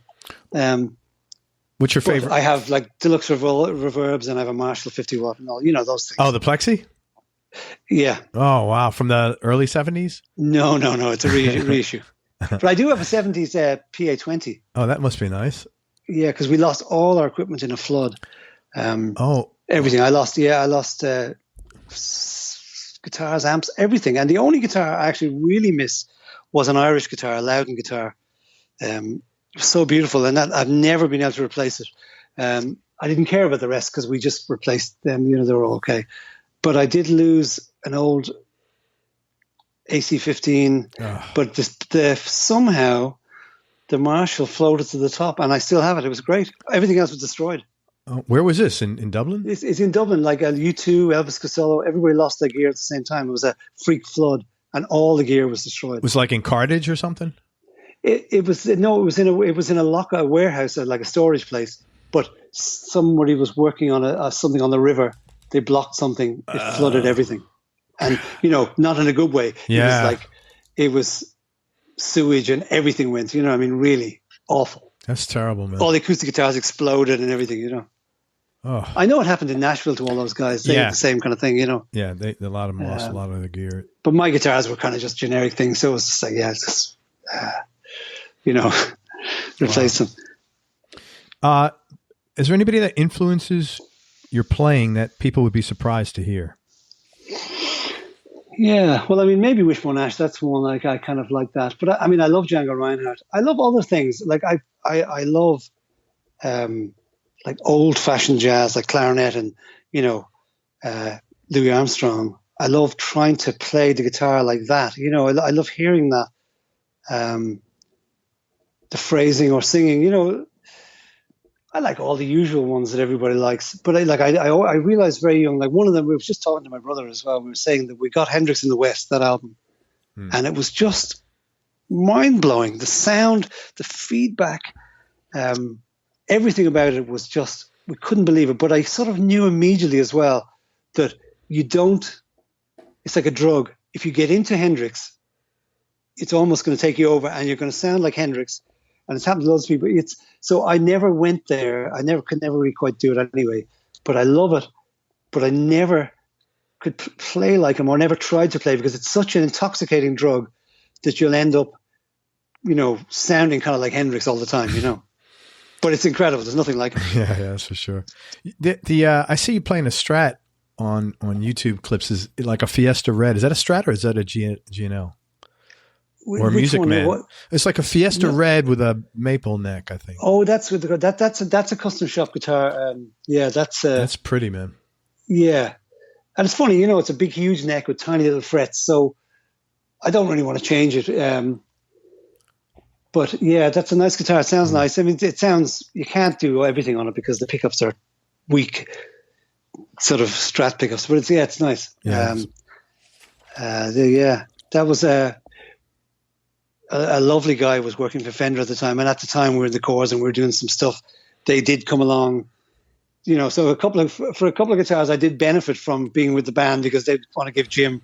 I organized for Jim to get a guitar, and so he'd give me one as well because they wanted to see the guitar on the TV with Jim. So sure. I ended up getting a Strat as well. So I got a couple of nice things. That's nice. Yeah, very nice. Really so I would nice. never sell that one, even though I would probably go, I wouldn't mind a more modern Strat, but I've got that. It's nice, Yeah. Desert Island Discs, in no particular order, knee-jerk reaction to the first three, just for today, not forever. Yeah. Okay. Well, I think for rock, maybe I would say Led Zeppelin 2. I just, that's one, because of the sounds of the guitars and those riffs coming in. And then some tracks were even ever so slightly in a different pitch. And it was just so exciting. Yeah. Focus Live at the Rainbow, which these are just today, and there'd be too many. Yeah, of course. And besides the classical thing where I would have to have Debussy or something, but maybe Simon and Garfunkel's greatest hits, that kind of music. So maybe those three. I love that band. I really love them. They, of course, coming from New York City, they were so like a hometown band. It's beautiful. It's beautiful. And like I would hear stuff. I loved Yes, but what I loved about in Yes was in even some of the big songs, there was kind of Simon and Garfunkel going on in the background in their songs. There was that harmonic, beautiful folk song in the middle of a prog rock song. It's funny. I saw before Chris Squire, right before Chris Squire died. I took my son and we saw Yes, and they played one of their albums straight through, maybe Roundabout or something like that. The album with Roundabout on it, and man, to watch Steve Howe play. Incredible. It was brilliant, man. It was. Well, that's funny. I know a lot of guitar players who would be saying, because they're more from the 80s or whatever, they'd say, "Oh man, that's so awful! Listen to that terrible vibrato." Listen, I said, "What are you talking about?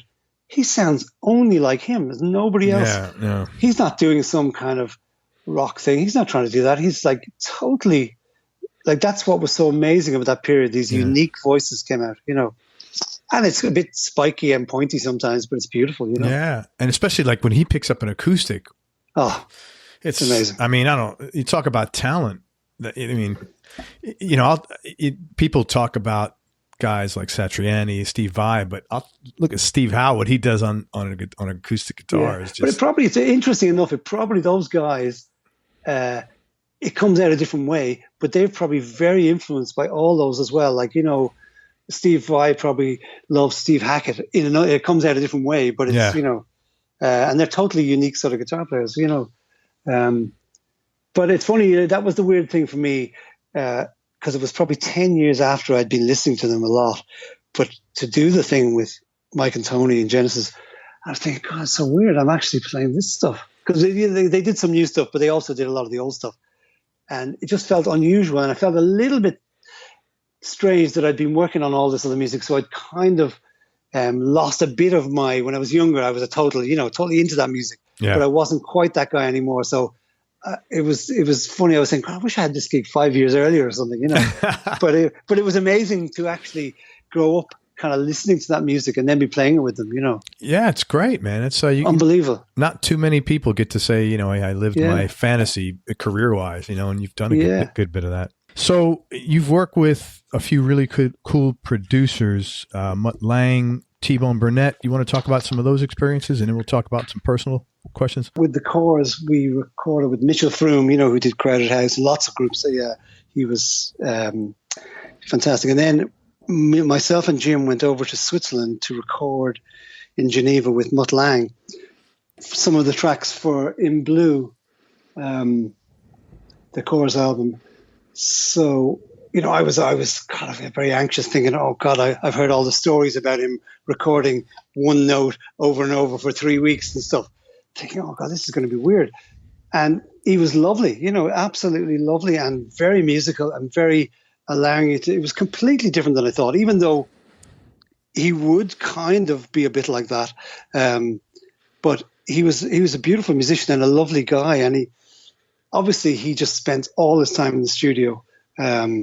He would have 3 televisions on with various things, news and stuff. Otherwise, he would never know what's happening in the world because he's in the studio all the time. Yeah.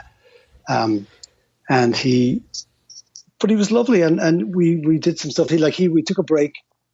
He went up to we were sort of in a house. He was in his own house. Where was this? This is in England? It's in Geneva. In Switzerland. Yeah, near Montreux where he was. It was beautiful. And then he came back after his dinner and said, I've just been listening to the Bee Gees. Let's write a song like that. So we did a song, and it was exactly like How Deep Is Your Love or something, but it wasn't. And we did it. And it was great, but he was so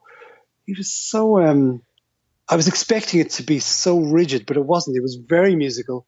He knew so much. His backing vocals are just out of this world, the way he sings and stuff. And when I was playing, I did a slide solo. Mutt Lange sings backing vocals. Well, if you listen to the records on Shania Twain, you listen to all those ridiculous backing vocals. That's all Mutt. Wow. Amazing.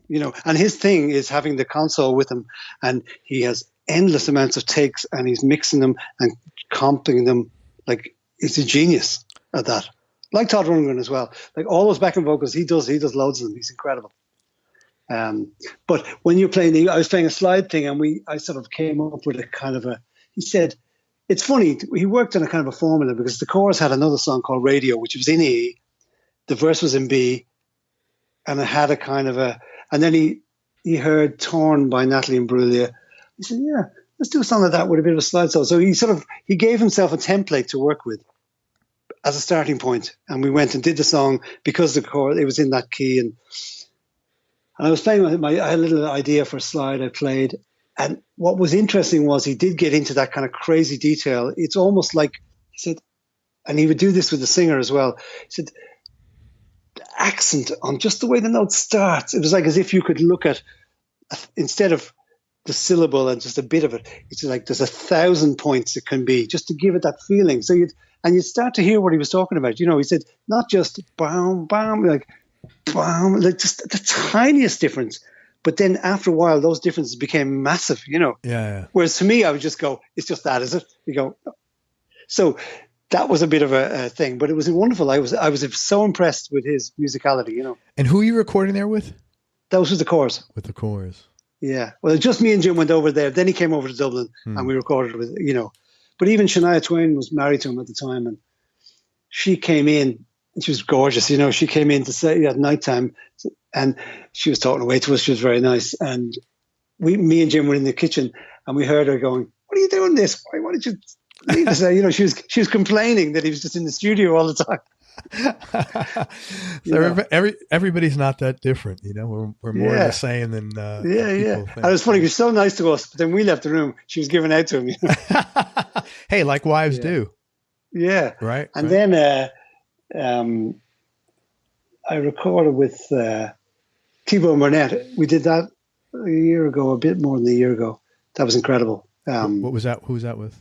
That was with the Corrs again. That was the sort of that was an album where they just tried to change from being the sort of pop group to being something a bit different. So he came in. He just happened to have a couple of weeks spare, so we had to rush it ahead. So we went over to Rack Studios in London, rehearsed for a couple of weeks. He came in, and we were almost our own worst enemies, because we sounded really good when he walked in. Like, they were like, the Corrs are very good musicians. You'd be surprised. People think of a pop group, like, they're incredibly good. You hear them play, wow. So he came in and liked it. We went straight in the studio. We were in Rack Studios, recording directly to tape, which was great. We had to buy loads of tape, and it was old school. Everybody playing at the same time, and it was magnificent. But he might not have changed it enough. He probably, to make it more like, say, the album he did with Alison Krauss and Robert Plant. Maybe it should have gone more that way, but it was great. And he was the coolest guy, and I'd be, everything I doodle along, I might be messing around before a take. I could be messing around with Jerry Reed or some old thing. And he'd just come up to me and he'd talk about it and give me a story about it. Like, he just knew everything about music, wonderful character. Yeah. And also, like, if the song wasn't going well, he had a thing where he had this kind of South American wood, and he'd walk around the room burning it, just so everybody's breathing in the same smoke or something. It was sort of weird. I thought, it smells like an old dustbin, but he did that. But it had an effect, because you do the take, and he says, you're all breathing in the same smoke. It was great. And if a song wasn't going well, he had a whole thing of gin and vodka and stuff on top of the control thing. He might just start on them a little bit early, get mellow, just to make, so he was always just trying to get it feeling nice. You knew you're working with a real good guy, I'll tell you, so go ahead. Go on. So that's a pretty smart thing to do with at making sure you're all breathing the same air, because even if it's bullshit, you're really like, hey, you guys are all on the same team, to the point where I even want you breathing the same air, whether it's a placebo or not. Now, psychologically, you are immediately united. Totally. With the rest of the team. He'd be out there. We do a couple of runs throughs, and then he'd say, yeah, and he'd just walk in, he'd light this thing up, he'd go, and it didn't smell very nice. It was just like burning wood. But when you're playing, you'd actually get it, and it's a take. And the thing is, when you're all doing that, you really have to be on it. You can't let anybody down, because this is going on to tape. You can't stop like Pro Tools. You got to just do it, So It was great. It was wonderful. That's cool, man. Yeah. And all those takes, sort of first, second takes we just played are what was on the album, That's great. Yeah. And, you come back in and you have to wait till all the tape wheels back, real old school, it's a famous studio, really famous Mickey Mouse studio. Where is it? It's Rack Studios, and the famous producer who produced like Jeff Beck and everybody in the 60s, Mickey Mouse, it was his studio. Oh, yeah. I've heard his name. Yeah, sure, yeah. I remember reading on the back of... Yeah. He had something to do with the Yardbirds even, didn't he? All that stuff. Yeah. He's the guy who insisted Jeff did Hi-Ho Silver Lining, Yeah. The thing he hates. Yeah. A funny story about that as well, because we now it was the album before that with Sharon's solo album. We did this song, Women of Ireland, Winona Heron, and we had taken her to see Jeff Beck in Dublin with Vinny, and I was absolutely blown away. So she loved it. So we said, what about getting Jeff Beck to play on this? And I was thinking, I thought I was playing the solo on this, but it's Jeff Beck, so it's the best thing ever. So we sent it over to him. He loved it. He played a solo on it. Loved it so much that he put it into his set and has been playing it ever since. So when I was doing a movie, American football movie in New York, recording it, and I got a ticket to go down and see Eric and Jeff Beck in Madison Square Gardens. I was just loving it. I loved the gig. It was so great. Jeff Beck was playing. And next minute he plays this thing, and I go, hang on a second, that's my intro he's playing. It's my thing that I just played on the record. I was thinking, it was such a funny feeling of sort of lovely, but I was thinking, God, I'd love to have just maybe gone and played away. Yeah, of it was course. such a nice thing to see him playing my intro. That's great. And then the song and our arrangement of the song in Madison Square Gardens, Yeah, and I want to So he loves that Celtic music. Like he's a massive fan of this Piper Davy I was telling you about. Like he's phoning him, getting to ask him would he write music for him or something. He loves it. And I want to tell people how to find that, because it's a beautiful, beautiful song. So look on YouTube and look up Sharon Corrs, Corr, and I'm going to spell this out because I think it's Gaelic, but it means Women of Ireland. And you have to enter MNA, that's one word, and then NA is the next word, and the last word is NEIREANN. So just go back and listen to it again, but it's Women of Ireland, Shania Twain. And Anto does a solo on there. The whole song is beautiful, but man, that solo you do, man, yeah. Well, I mean, there's a few clips. There's quite a few clips on there of her incredible. Playing it, even with Jeff Beck. He came up and did it in a pub with her. So that you'll find that one you're talking about was a live radio with an orchestra we did. Yeah. So we're just in the middle of the orchestra, and in fact, I had a little amp, but it was a bit too loud for the orchestra, so I had to put it under a coat somewhere. And when it comes to my bit, the cameraman couldn't find me. He's looking for me. Where is he? There's a comment on there. The one comment is, it would have been nice if the cameraman kept this steady on the best part of the whole piece, which was your solo. And that's the one, Yeah. And then but it is nice. It is nice because it's beautiful, man. Playing with the orchestra was a beautiful feeling. When you hit the strings as you're playing, it's lovely, really lovely. But you did with the solo you did, what really blew me away was not only was it a beautiful solo, but it's not, it's one thing when you're standing there with a bass and a drums and you're a guitar player and you kind of know what to put in. You were standing there with an orchestra and you still knew what to put in, and it sounded just perfect, man. It was absolutely gorgeous. I mean, honestly, I'm not blowing smoke. Thanks. You have to come in quietly because, when orchestras hear electric guitar, they just scream, so you have to just do it gently with those guys, Oh, it was beautiful, man. Thanks a lot. Hey, most important thing you've learned about yourself over this journey? Yeah, I suppose actually I do think, I'm sure this is quite a standard answer for that, but over the years, sometimes I would think, could I just play this way? And I do my own thing. And I kind of like being kind of quite diverse, and I could probably do an impersonation of nearly every style kind of, you know what I mean? Like people say, he's playing jazz, but it doesn't go too deep, but I got a thing there where, you see a lot of players come around that were incredibly gifted and talented and technical. And I felt a bit funny about it, but it's almost like maybe about 10 years ago, I really sort of started realizing, well, I actually do that. And once I got that into my head, it was like I suddenly was playing the thing I did better because it felt more valid and strong. Whereas I wasn't trying to think, wow, I can't do that other thing. I wasn't thinking that. I said, no, this is what I do, which I'm sure is just the way you do it as you get a bit older, whatever. But that's probably, it was a definite thing because I'd been that was another thing about the touring musician, where we did a lot of work with the Corrs. So when you're doing that, you're playing their set all the time. It's probably the only music you play. You're working so much. So you're playing a kind of a set, which is just got your parts. You're doing it. So you come back out of it, and you go, God, it's almost like, do I forget how to play? So you have to try and do a few little pub gigs and stuff just to get the mechanics working again, because you've only been focusing on a really narrow band. Great stuff, but it's one type of music where, so I sort of I was thinking, God, I'm way behind everybody here. Everybody's playing like a whiz kid here. But it was only when I sort of went, yeah, this is what I do, that I felt good about it. Yeah. That actually suddenly I think I sounded better because my mind set changed about it, You kind of like embraced it.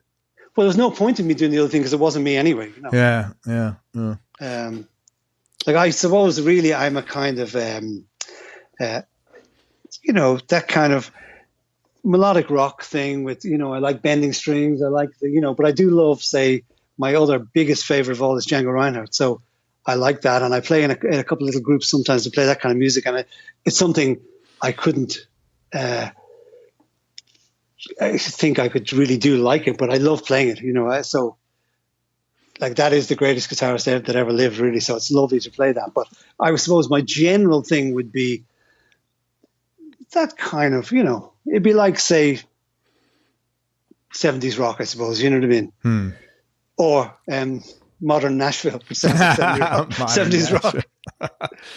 How about like personally, like what have you learned about yourself, your character, your thought process, something about you? Take you out of the guitar. Yeah. I don't know. I don't know whether I was always a bit too grown up and sensible for my own good. So I don't know whether I've learned too much.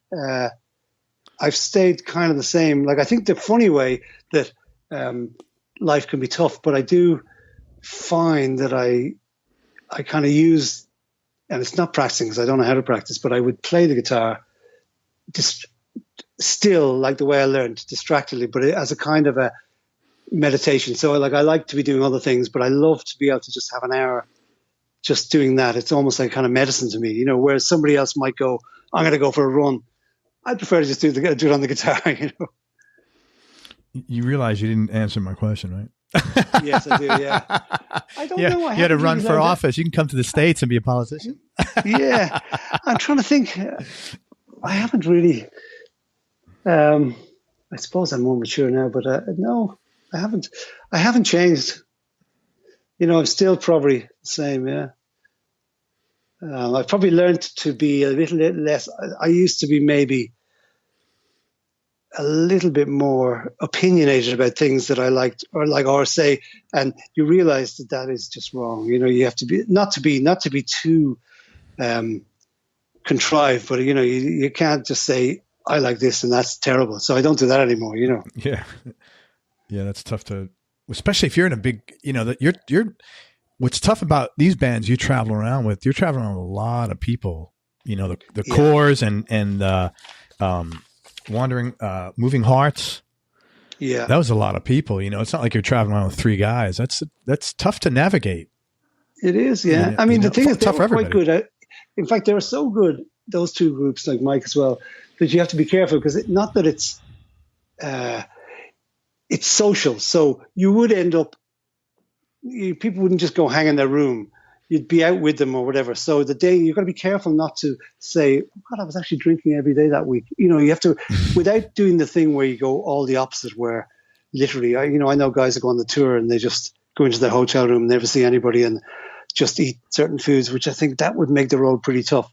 But it's almost sometimes I was thinking, we could have nearly killed ourselves by enjoying it so much because everybody's just, what else are you going to do? You're hanging around, you go out or whatever. So you do have to look after yourself, but you also have to not be destructive or trying to undermine people. You keep your own space, but I don't know. I mean, I don't know. I don't try to do anything on purpose, but it's certainly, if anything, maybe that's one side that is the most important to being on the road. Yeah, I think so for sure, man. Hey, tell me something about yourself people would either be surprised to hear or might find a little odd. Well, I mean, I do have this, people think of me as this, very calm, very polite, very nice fella. That, and anybody will say it, I think anyway. But my family at home will think of me as Basil Fawlty, like a total eccentric, shouting, everything going wrong. So I am different at home, and you can do, maybe it's, you feel comfortable with your family, you show. Yeah, I think that's normal, right?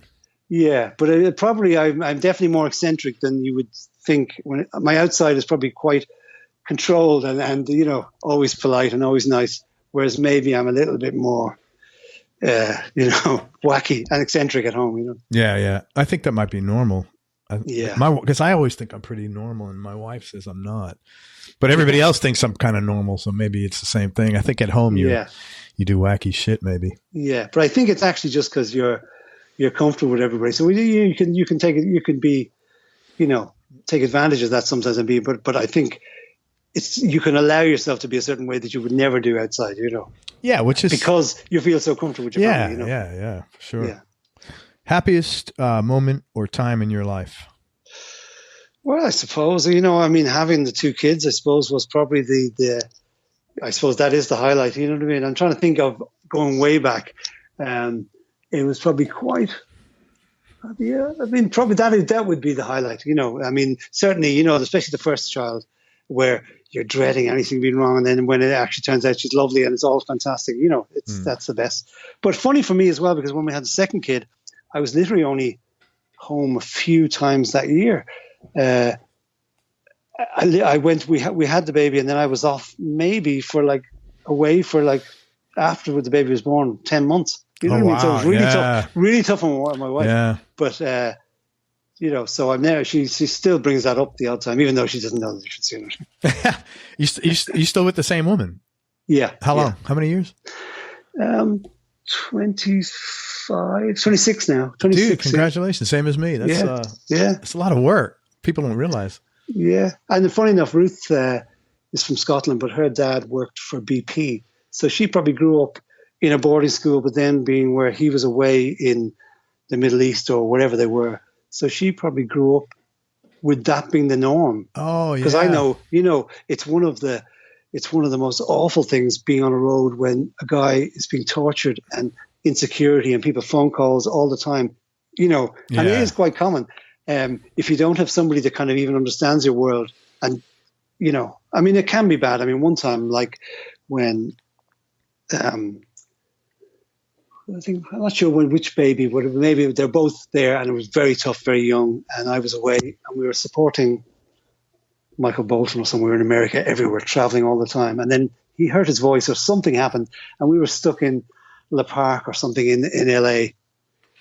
And we were out. I phoned home to say, look, they've cancelled the gigs for the next 4 days. We're just stuck here by the pool in the park.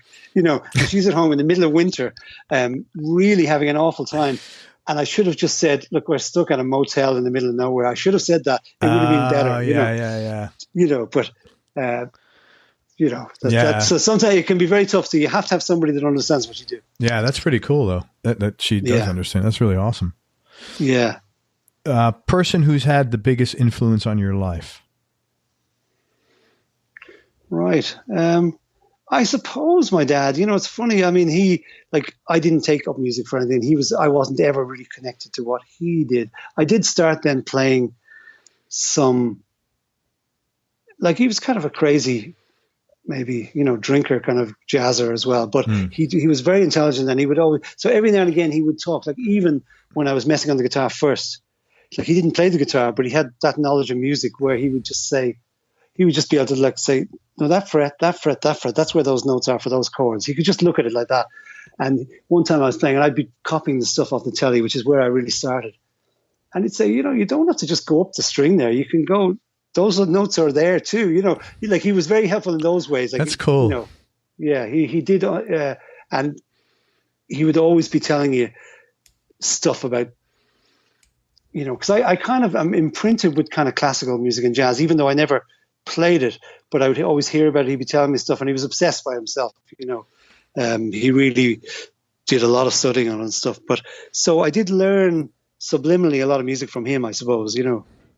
Even though it might have affected me in another negative way. I've always had an issue with trying to play scales or practice. I always hate it. I almost can't do it. I can only just play.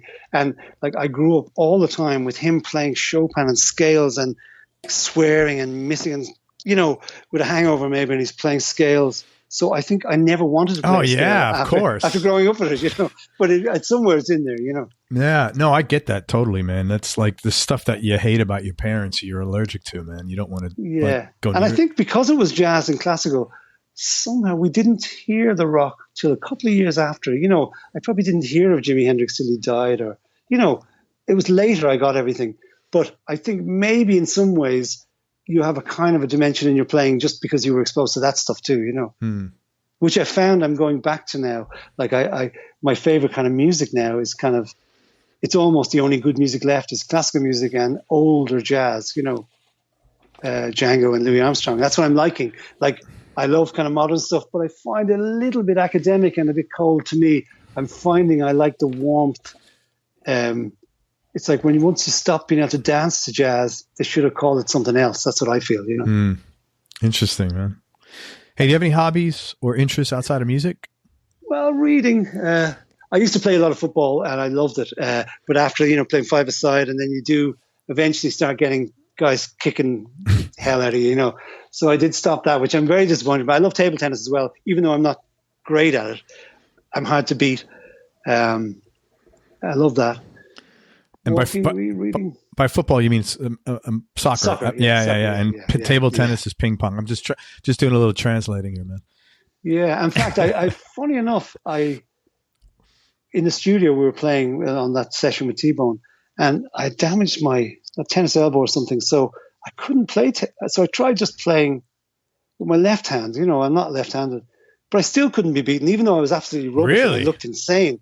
But I just had a way of defensive play. So I'd love to play more. I love it. It's beautiful. There's something kind of very there's something beautiful in the way the feeling you get from table tennis. It's pretty relaxing. We used to have a ping pong table here. We'd play once in a while. Whenever we play, we had fun. It was super relaxing. Yeah. But I have a funny feeling you're probably you're doing like the Chinese national team. No. Whacking the shit out of the thing. No, none of that. Just terrible. Just doggedly not letting, just getting the ball back. That's it. Yeah. But it's funny, you see guys, it's interesting when you watch guys, because, you said earlier, we supported the Stones in America, and it was interesting watching them. They had a routine where Keith and Ronnie would have a pool table, maybe table tennis, and a jukebox every night at the catering. So before the gig, they'd come out of their crypt. They might have been in all day or something. And then they'd play with beautiful soul music on. They'd play pool. And every time Ronnie would have to let Keith win. That was just the way it was in the Stones. You know, Ronnie's the boy, and like even if, like you'd see Ronnie just maybe miss the ball on purpose, and then again Keith would win. It was just the way it was. You know, that's so funny. So there's routines they do on the road. You know, and this again was when you were with the Corrs. Yeah. What's the weirdest? Go ahead. Go on. Yeah. I was gonna say, what is the like? That's kind of funny that they have a jukebox and a ping pong table as their requirements. But I guess if you're the Stones, what's the weirdest kind of thing you saw that somebody? You don't have to name the person if you want to, you can. But if you don't have to, like the weirdest thing you saw, like someone. Well, the funniest thing. It was on that same tour where there was only one night we were in the same hotel as them. It was probably Philadelphia or somewhere. And Andrea said, "I'd love to go and meet Keith after the show." They were amazing. I mean, they were just stunning. I mean, we were in the audience. The people liked us, you know. We were but the lights went blue. Keith came out, played Jumpin' Jack Flash. You know, it was Why You Take Up the Guitar. It was like incredible. Anyway, so she said, "I'd love to go and meet Keith." Like, you know, yet again, if I'd said that, it's not going to happen. So we went. Me and Keith, the bass player, we went. We spoke to Bernard, the backing vocalist.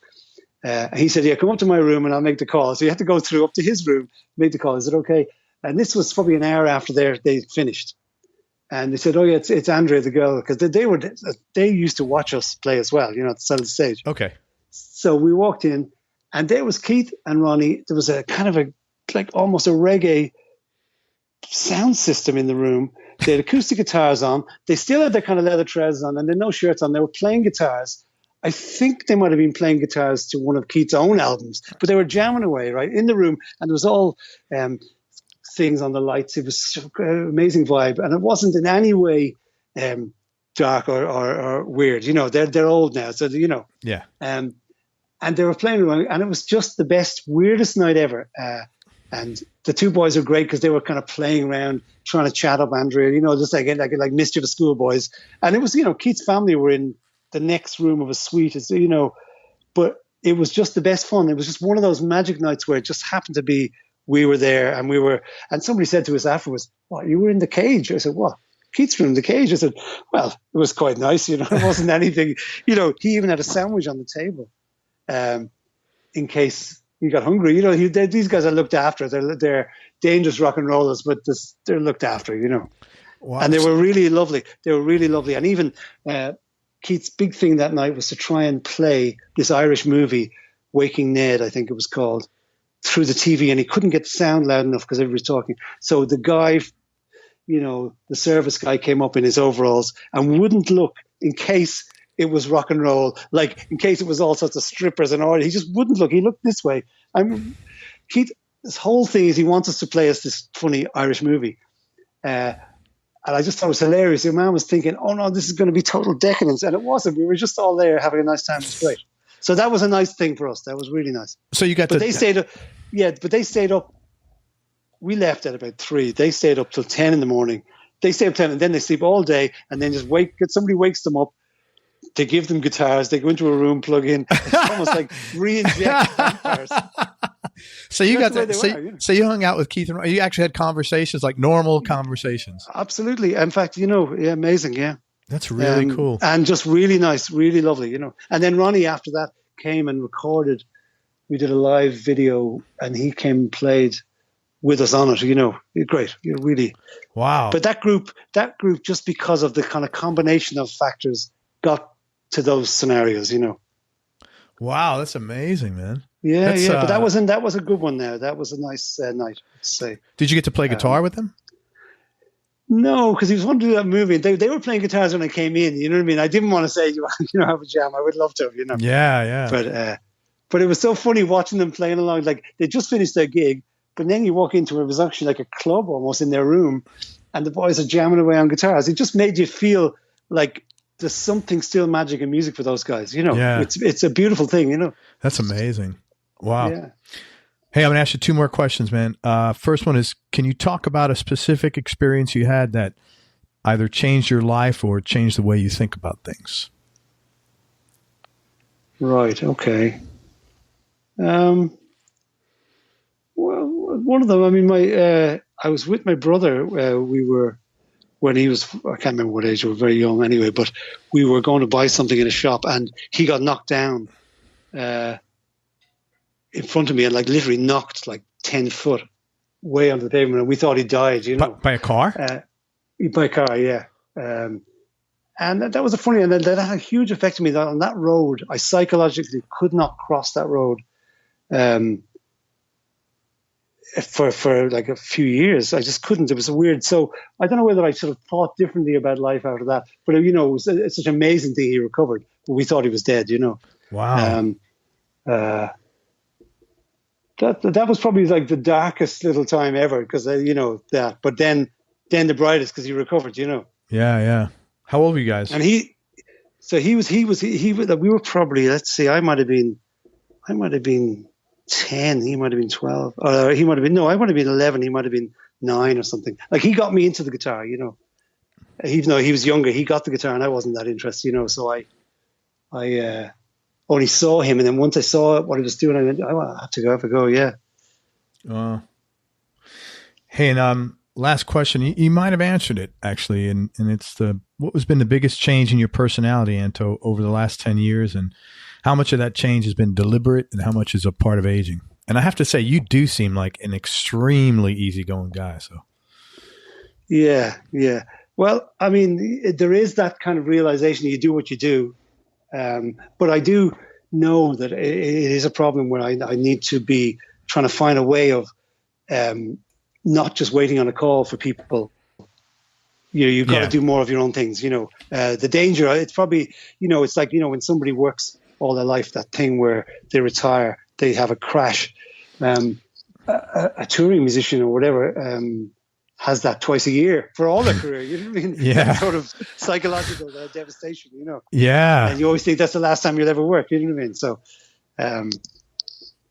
but I know I kind of, I think feeling good about what you do, almost feeling,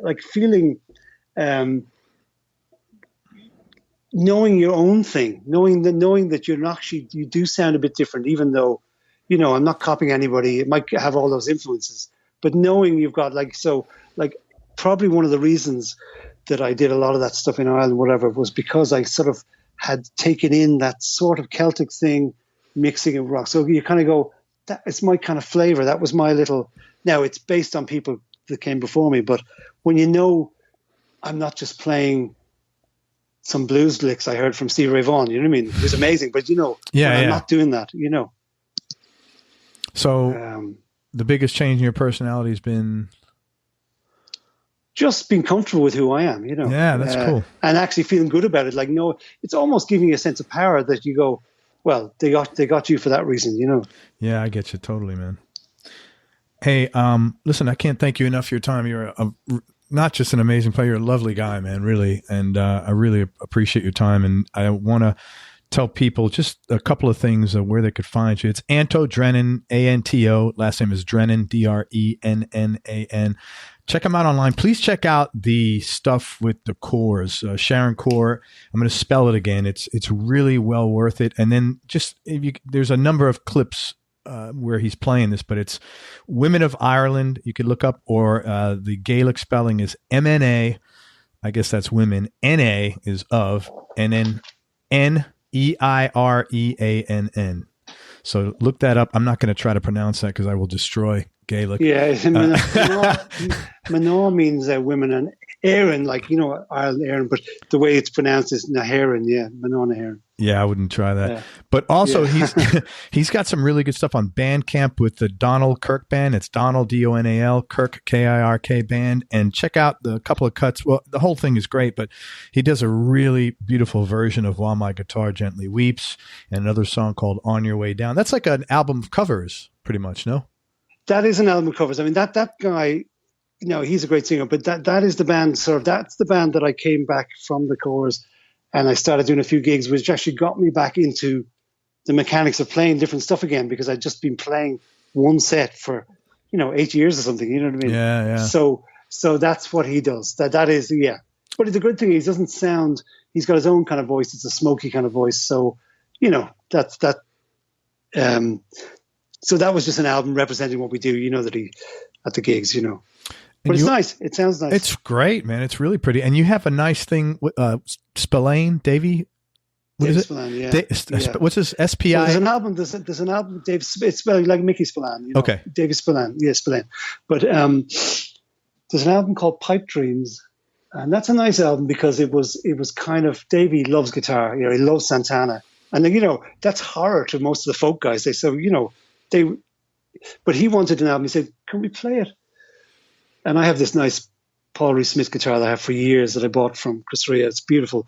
And he wanted the sound like Irish music, but some of that sound. So it's a nice album. It's called Pipe Dreams. And there's that stuff's on YouTube as well. And Pipe Dreams by Davey Spillane, S-P-I-L-A-N-E. And the one, I think it might have been Out of the Air, which is a bit more of an EP, but that's the one with Rory, I think. Yeah, that was great. Can people find that?